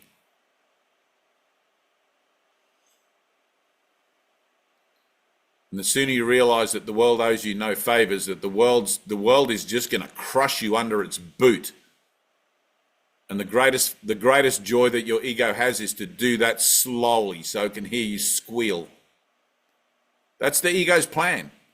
I'm just going to string this out as long as I can, and then I'll give you this horrible cancer right at the end, and you'll die like your grandma died from cancer. Hereditary. Ah, well, it's hereditary. I can't avoid that. It's hilarious, isn't it? It's hilarious. Welcome to the world. Welcome to being human. That's what it's about. You got to understand that. But there's no rules. No one says you can't follow Jesus. That was 2,000 years ago. No one believes in that anymore. That's not a realistic way to live these days. I've been living it for like 26 years, 30 years, longer. It's my reality to me. And I'm standing here like calling back into the void, hey, to my true self, which is what you are. You are my true self.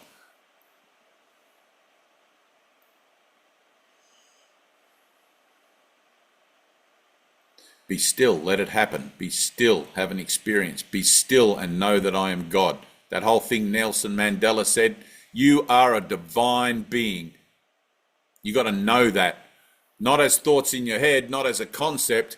You've got to know it. You've got to walk it and talk it and chew gum. It's got to be your living. It's who you are. It's not just something you say.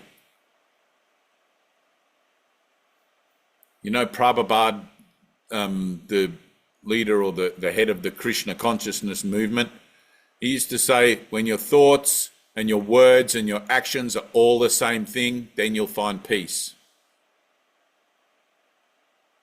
When your thoughts and your words and your actions are all the same, then you'll find peace.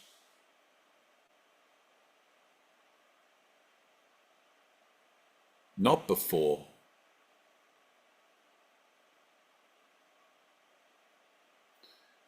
You just got to be honest with yourself. I want to walk with Jesus or I don't want to walk with Jesus. It's that simple. I want to live a purposeful life or I don't want to live a purposeful life. It's that simple. I say yes to Jesus and then I start my walking and I start to come across all these things where I don't want to say yes to Jesus. Unconditional love, Jesus, yeah, but what about that guy? What about that Tesla guy?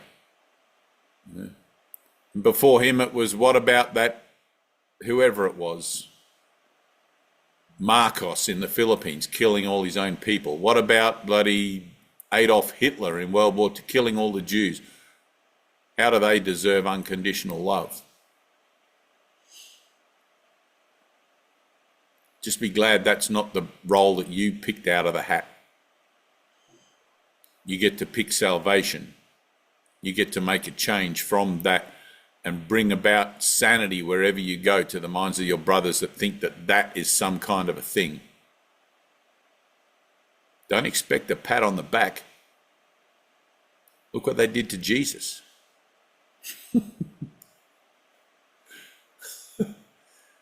One cross each, line on the left.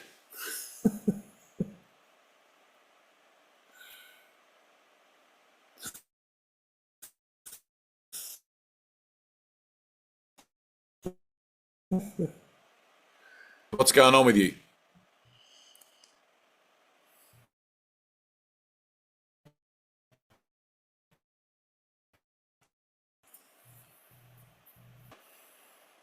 Oh, I think I'm frozen.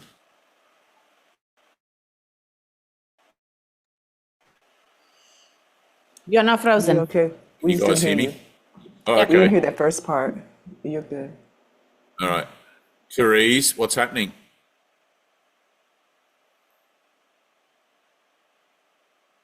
You're muted.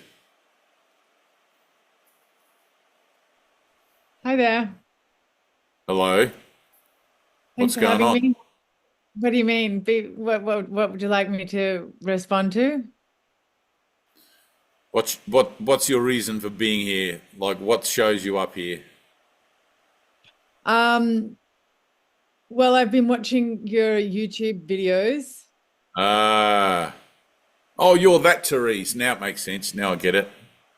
Yeah, and this is the book that I work from, Perfect.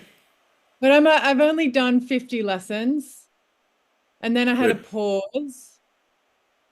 Um, and then I started reading this. And I found that it helped me make sense of this. Right. But it's still hard to forgive myself if it's hard. And so I wanted to join a group.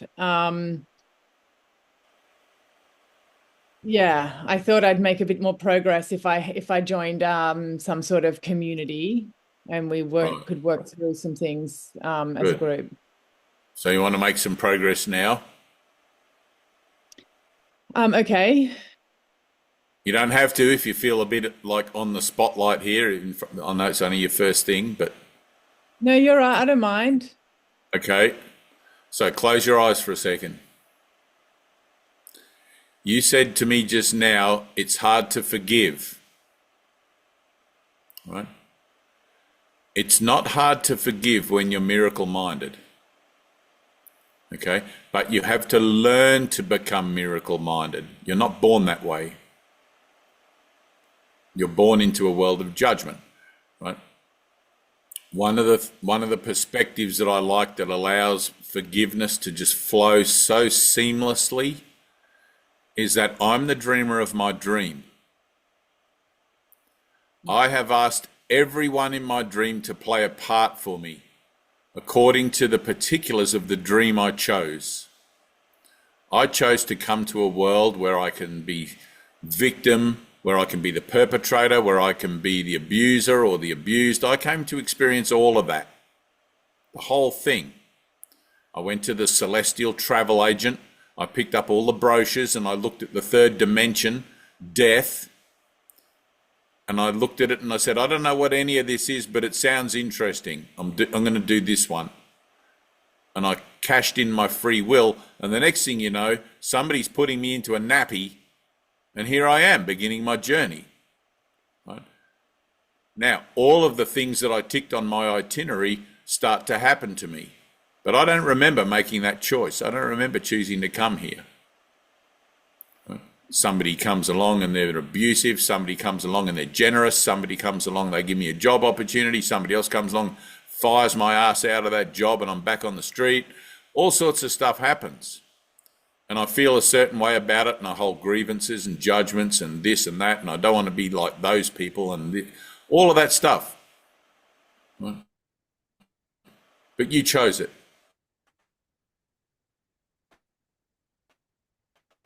It was your decision, not the individual people situations that show up, but every choice that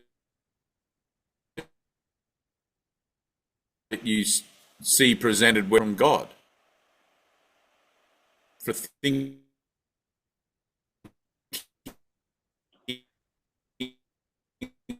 that I'm separate from the whole.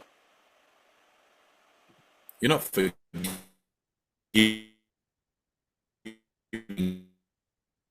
someone who did something to you. You think your brother did to you has not occurred.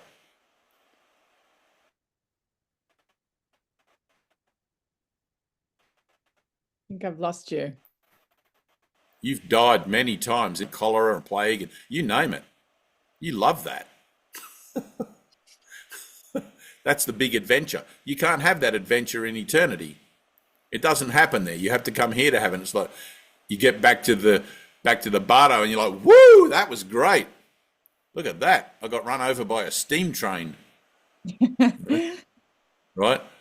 But it's like the idea when you get to a point where suddenly you're tired of it and you're like, oh, I think I've had enough. It's like being locked in at Disneyland.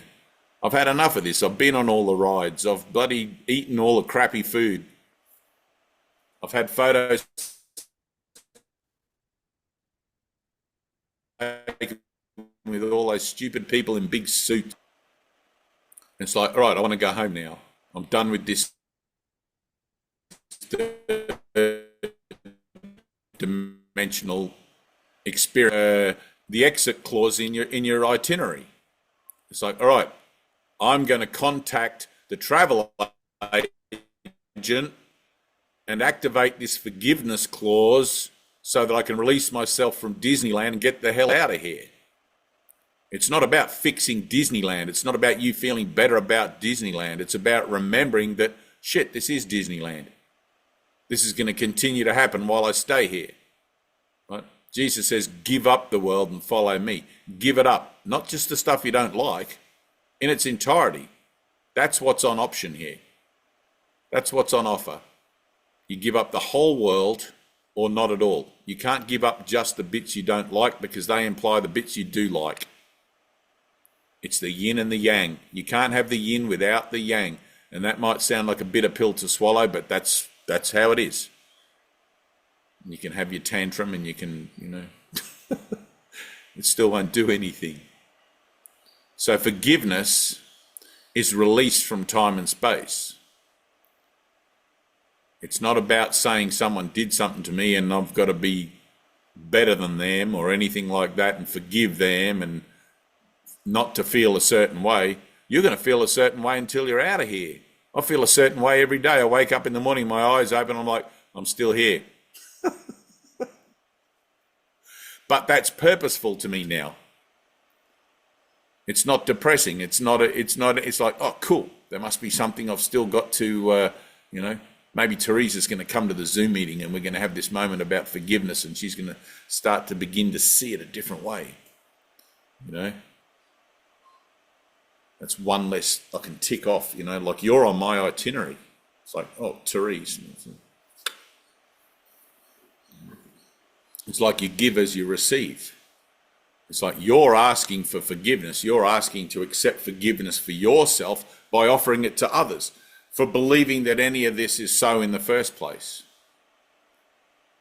When you read the Course in Miracles, it says there is no world. The central lesson of the Course is that there is no world. Don't try to fix it. Don't try to forgive the world. Forgive yourself the world. But you can't forgive something out there because it's not out there, it's in you. The world exists as nothing more than an idea about myself in error in my mind. So am I forgiving myself for having the perception, the judgment of another? It's my projection. So I'm forgiving myself. The whole world is your projection, including your body. Yeah. Right? You're asleep in eternity. Forgiveness is the mechanism of awakening. Look at it this way. You're in a hospital, in a coma, right? In your coma, you're imagining that you're living in a world in that body as a Therese doing all this stuff. And I'm in your coma now. I've come in this advanced medical technology. And I'm like, Therese, you're in a coma in a hospital just on the other side of town. You've got to wake up. Right? And the way you wake up is to release your mind from its attachment to staying in the coma. Right? You've got to give up all your attachments. Grievances are your attachments. The world is your attachment. I'm saying, Therese, you're going to wake up. All of this is going to disappear, and we're all going to be standing around your hospital bed going, hooray! And you're going to be like, you'll never believe where I just was. And we're going to go, shh. Forget it. Let it go. It's like the Matrix. You seen the Matrix? A long time ago. Right. So when Neo's in that red jelly and he wakes up, right when they wake him up, you don't remember that bit? He's in the pod. It's been a long time. All right, you have to watch it again. He's in the pod and they wake him up, right? They go into his mind through the Matrix and they give him the option of the red pill or the blue pill. And he takes the one to wake up because he doesn't know what that is, but you've got A Course in Miracles, but it's the same thing, right? All of a sudden, he begins to wake up. He goes through this thing and he's like, ooh, did you see that? Everything's going weird. All of a sudden, he flashes out. And the next thing you know, he's in the red jelly. And he's like, what the fuck is this? Right? And he looks around. Everyone else is in their own red jelly as well. And then they come to him in the red jelly and they pull him out of the red jelly and wash him off. And they're like, welcome to the real world. And he's like, all of that I just went through, that wasn't real? And it's like, no, it's just a dream. It's just an illusion. It's just a projection in your mind. You know, it seems very real because your mind makes it real. That's what I'm telling you. There is no world. I'm outside the Matrix telling you, well, I'm inside the Matrix using this, but I'm telling you, I've been outside the Matrix. I am outside the Matrix. You're outside the Matrix actually with me now as well. Right? But you still like hanging around in the Matrix. Right? I'm telling you, Jesus is unplugging this Matrix 2,000 years ago and it's starting to fray at the edges. You know, time and space, there's not much left. We've got to get out of the jelly. We've got to get out of this red jelly and get back on with the real world. And you're like, let me think about that for a second. But literally, time is always against you, right? Time is always against you. You've got to learn to use time by being purposeful with it. Use it for what it's for. Forgiveness is what it's for. Right? I'm going to learn about this forgiveness stuff so I can begin to apply it proficiently to my relationships where I think that I want to withhold it or where I think it's a difficult equation, right? I'm looking at this equation, me and this other person, where I think forgiveness is friction there and I think forgiveness is needed. I'm not actually forgiving that. That's just a catalyst to show me that forgiveness is needed. Forgiveness is needed so it's like a bird, you know, when he pushes out of the red jelly or a bird pecks out of you got to keep pecking out of that shell to get out of the shell, right? Spirituality is not just having a couple of little pecks. What's the point of that? You got to keep pecking till you're all the way out. You got to keep forgiving till you're out of there, till you realize there's nothing to forgive, till you have an experience that shows you the truth, which is beyond forgiveness. But until then, forgiveness is the key. Right?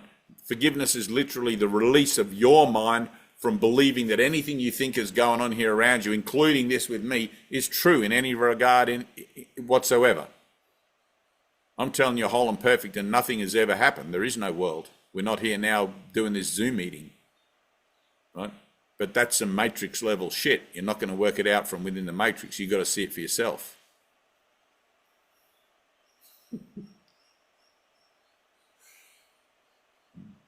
I'm that one crazy person in every society that, like, who was the guy Diogenes that lived in the barrel in ancient Greece? I'm the Diogenes of my time. I just live in my barrel in the street and everyone in their mansions and their big buildings around me and they're like concerned with the world. And all I want is the sunlight from please step out of the sunlight from my barrel. That's it. That's all I do. I just represent that. Everybody walks past. How can you be comfortable living in a freaking barrel, Diogenes? Like, well, what the hell? We'll give you a room in our house. You know, you're the wisest guy in the whole town, and you live in a barrel. He's like, no, I don't want I don't want a room in your house. The barrel's where I'm at. You know, it's like Jesus. I'm not like you. I'm the same as you in eternity, but I'm not like you here on earth. I have a different purpose. I have a whole other thing that I'm here for. I'm here to deliver a message. What you do with the message is up to you. I would advise you to study it intently and to overlearn it. But I can't make you do that. You know, you can lead a horse to water, but you can't make it drink. So, but you're only up to lesson 50, right? When you get into the 60 lessons, they're the forgiveness lessons. It's really cool, right? Tina's going to invite you to their other thing they do, the other Zoom with the 50 lesson reviews. You guys still do? Yep. So Tina will send you the link for that. And the more you participate... Yeah. Anna's been doing it. Thank you, Anna. The more you involve yourself, the more you're going to get through it all, right? And same for all you guys. You guys that are here, Ruel, he's frozen too. You guys are freezing. I think my connection is... Say it again. We missed it. Is it Ruel? Same with... Yes, that's how you say my name, Ruel. Yeah, beautiful. All right, so Ruel and Liam down there. Liam, it's nighttime where you are. Like all you guys, I mean, the more, you know, jump in on Tina's other stuff. Yeah, Like we talked last week. Did you? Yeah, and Cool. Raul, Therese, holler at me if you can for a second. Right on. After we're done. Okay. Yeah. So we'll just do a quick little light session. We'll try to. Where's Deb? After our light session we had here, this pales by comparison, I know, but still it's still an entering in, you know, like it's still a total thing. Before we do that, anyone want to say anything? Anybody in the shit? Anyone got something on your mind? Yes. I knew you did. Go on then. So evidently I have trouble asking for help. What is the measure by when I need to seek out a mighty companion? Well, there's not really a measure. There's not really a blueprint for how you do this and what you should be doing. That's just your mind looking for structure. Okay? There is no structure. There's no rules, like I told you. There's no rules, no blueprint. You got to feel this. If you're even asking that question, then you're feeling the need for it. You're feeling like, I need help with this, right? All of that becomes prayerful. Your whole participation in the spiritual domain, whether it's through A Course in Miracles, through the Gospels, through the bloody Bhagavad Gita, what doesn't matter, right? It should become prayerful. It should become a devotion. All of those questions become a subject matter for your prayer. Father, help me. I need help. You'll be sent what you need. The person will be there. You probably know who it is already. Right? All you got to do is ask. You ask in prayer to God, and then that filters downstream to what you need in the world. Right? Make the connection to God first. If you go looking out there, you could be asking everybody forever, are you going to be my mighty companion? What about you? What about you? Someone will be sent to you. Something will show up in a way that you can recognize it and understand it and realize that it's the answer to your prayer. Right? Not if your prayer is lip service. If you're offering a £2 prayer for a £10 emotion, then you're not going to really recognize it. You got to get down and wear out the carpet with your knees.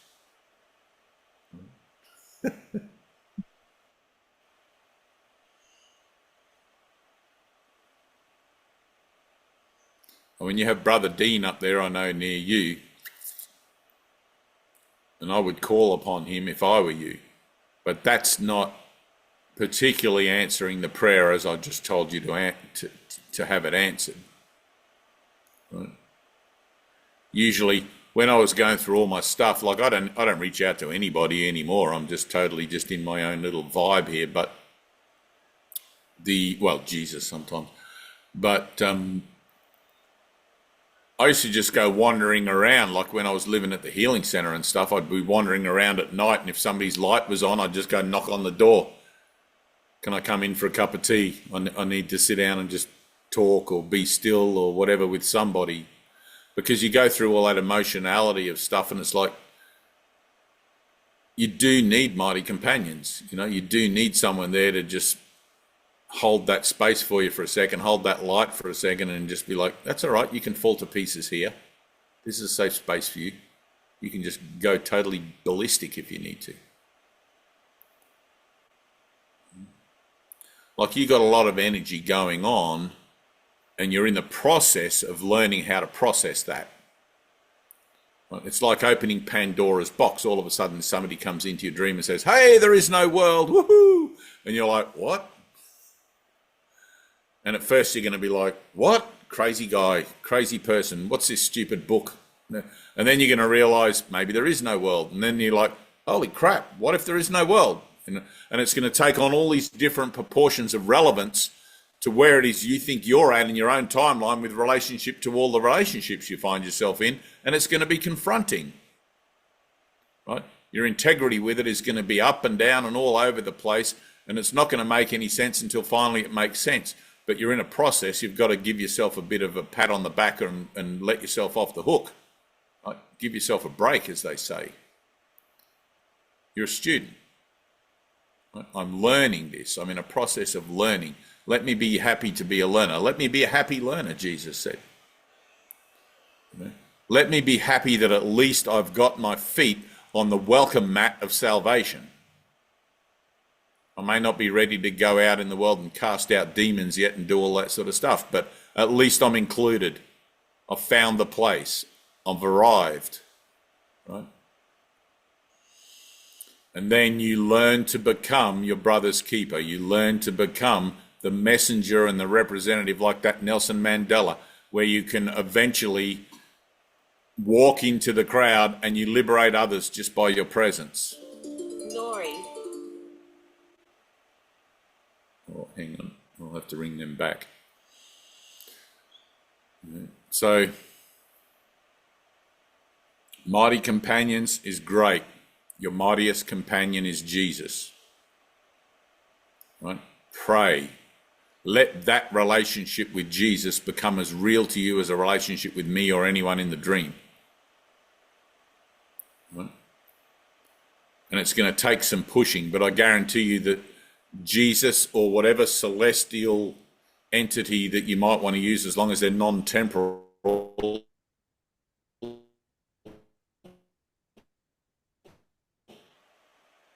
is from this kind of invisible veil. You can't see it with your eyes. You know, like it's like that.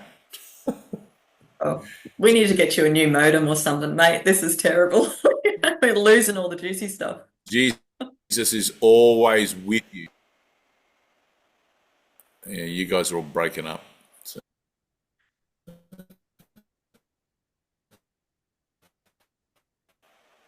All right, Tina's going to and talk you through it, take you through it. Can you hear me, Tina? No. Hello? Anyone there? Tina, can you hear me? What? Can you hear me okay? We can hear you. Yeah, what? It's all breaking up at my end. Can you You're do the good. light session? You're good. You're I'm good. good. Right. Yeah. Let's keep going. I didn't hear what Deb was saying. Maybe it's the cycling effect. If you turn your camera off, it really narrows the bandwidth and you'll come through clearly. Turn the camera off. How do I do that down here? Video. Cool. Is that better? You can hear me now? We can hear you. You're cool. Cameras off would Okay. be good. You don't Thank need to see my head anyway. All right, so everyone, Tina, put on some tunes, something What do gentle, you, not killing me softly, for God's sake. because you have a preference. Okay. I love Roberta. No, I'm thinking of something more like just ambient. You know what people play for like new age music, and it's that horrible sort of like Yeah, I understand. I'll find something. something like that. Something that you're not going to be listening to. It's just going to be like elevator music, background music.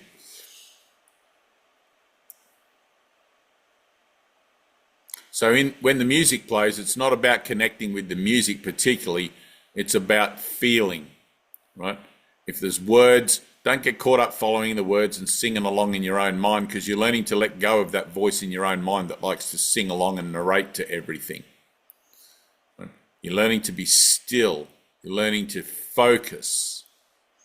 So we're going to be doing a few breaths, and we're going to say, God is. That'll do. Just that. Where's Colin? Up there in the top right. Colin, I want you to stand up.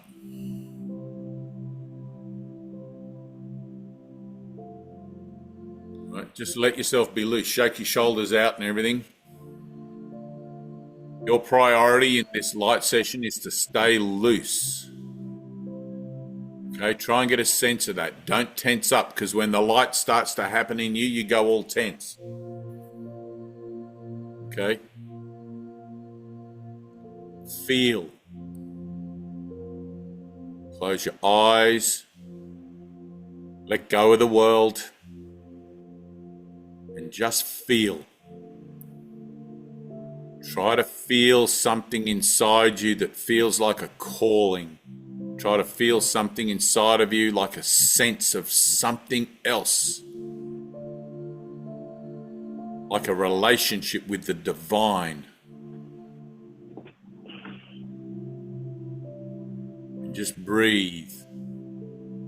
What am I here to do, Lord? What am I really here on this planet for? Breathe. Here I am, Jesus. Here I am. I'm saying yes. I'm putting my hand up.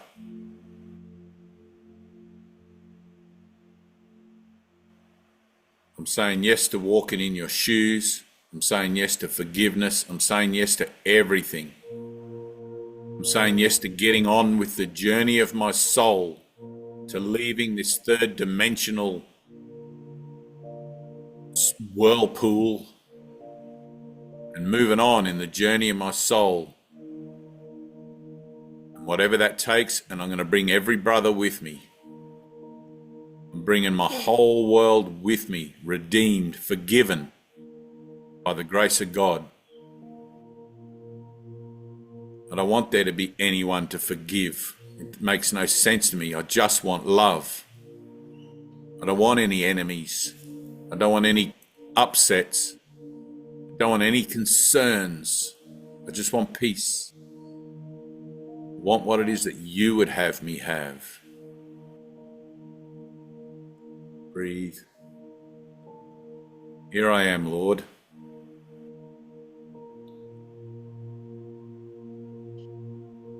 Exactly as you find me. Exactly as you find me.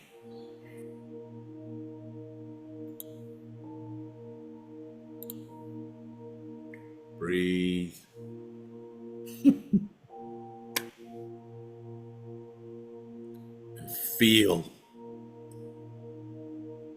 The work is within you. The healing occurs within you. You feel the need for it. You feel it calling to you. It's like God is calling me to repent, to turn around from my worldly journey and begin my spiritual journey. It's the first thing that happens when I turn around. There's someone there that I'm trying to get away from yesterday. There's someone there that I called an idiot yesterday. There's somebody there I made a judgment yesterday. There's my first opportunity to forgive myself for the world I think I see. Father, I want to see the truth of my brothers. I want to see the Christ in them and not the story that I have about them. I want to see the Christ in all living things. Breathe. You got to feel that in your heart. The words are nothing. You got to feel it. How bad do I want to see the Christ? How much do I want to remember my Father? You got to feel it. I feel the stirring of God's strength in me. Jesus, I want to feel your love. I want to feel it, like really feel it. All this talking about it, it's all well and good, but I want to get to the point where I feel it. Breathe. This is what you're asking for. I want to remember. I want to remember the love of God. I want to feel that. I want to know that. I want to be embodied by it. Colin, take a deep breath.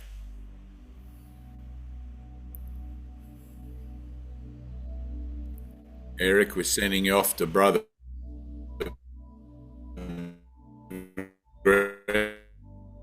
Greece. You're going to help him out for you. He needs help. Breathe. Just say yes, and the universe gives you the next step. Breathe.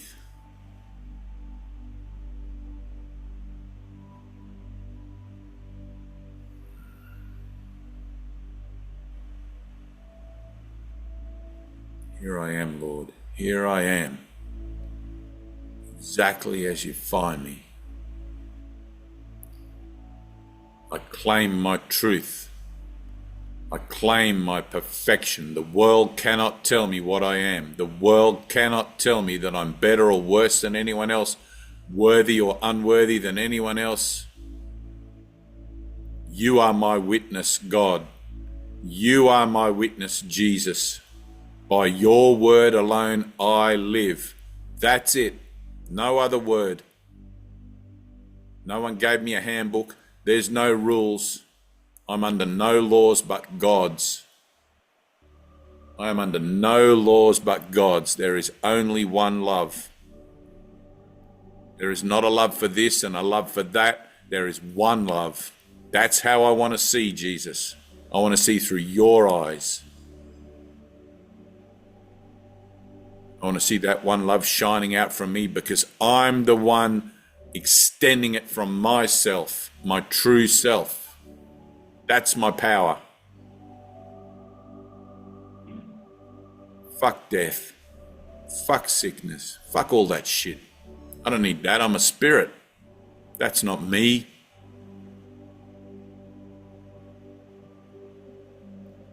I forgive myself for all those ideas. Let them go. Fuck being healthy. I'll let that go too. Health and sickness, yin and yang, same thing. Don't need any of that now. I've just got God, the Word of God. Breathe. Feel. Push into it, Tina, push.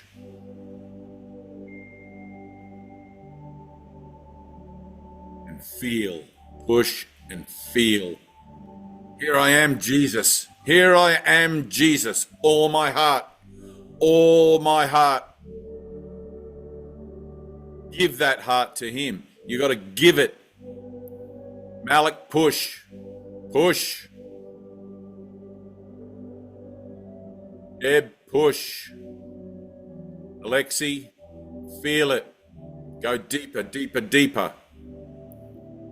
Keep touching on the surface of it and then you sit there. Don't do that. Push, break through. Push. Feel. Let yourself feel. It's manly to feel. It's righteous to feel. Here I am, Lord.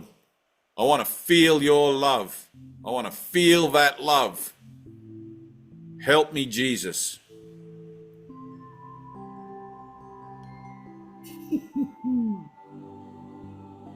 Gotta give it away. Gotta give it away. Start giving that love away. You'll feel it. Let that smile be on your face. Let that purpose be written all over you. I got a new purpose now. The whole world's going to know about it. The whole world's going to be hearing from me. Because I'm just going to shine. That's it. Breathe. Woohoo! Yes, Ruel. Awesome. Thank you, brother. Colin. Breathe. Dana, push. Stop sitting there in that astral band. Push. Get into it. Go deeper. Feel it. Feel it, feel it, feel it, feel it, feel it. You got to feel, you got to want to feel that love of God so bad it's going to bust your heart open. You got to feel it so bad that the prayer of your heart just leaps out of your chest and into the celestial order.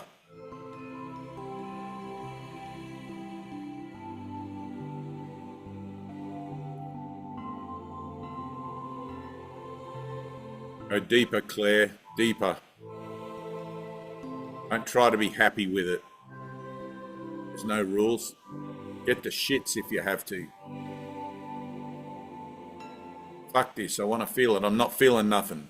I want to go deeper. I want to feel this where the sun don't shine, not where the sun shines.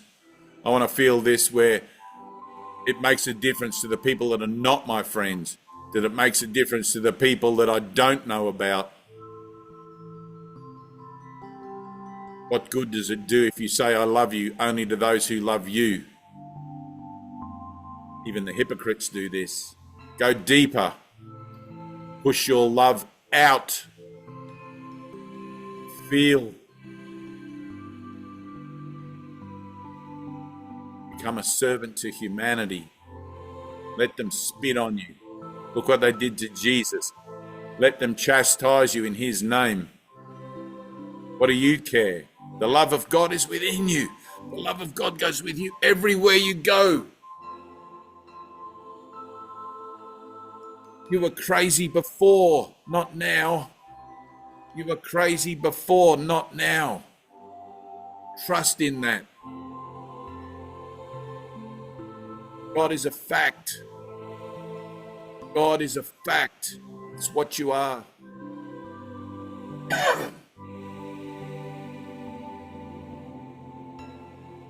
Breathe.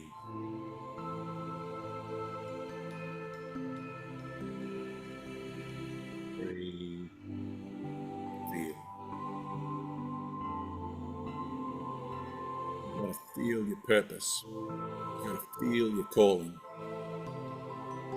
Feel the stirring of God's strength within you. You gotta be so inspired to take up your cross and follow him. This is my life now, Jesus, to walk with you. This is it. This is my life. Love is my life. Love.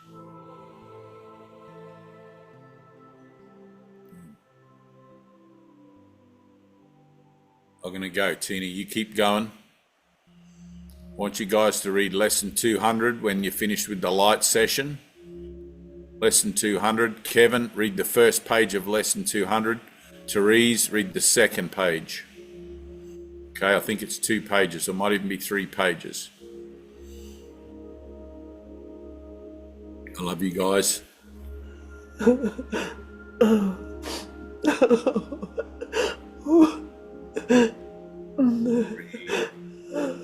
Breathe.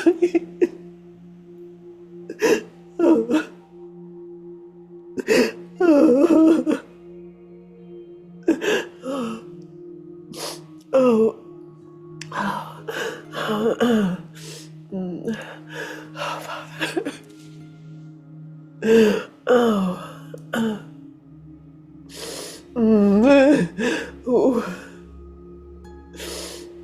Oh. Oh. Oh God. Oh. Oh, just keep allowing. Oh, breathe in his presence.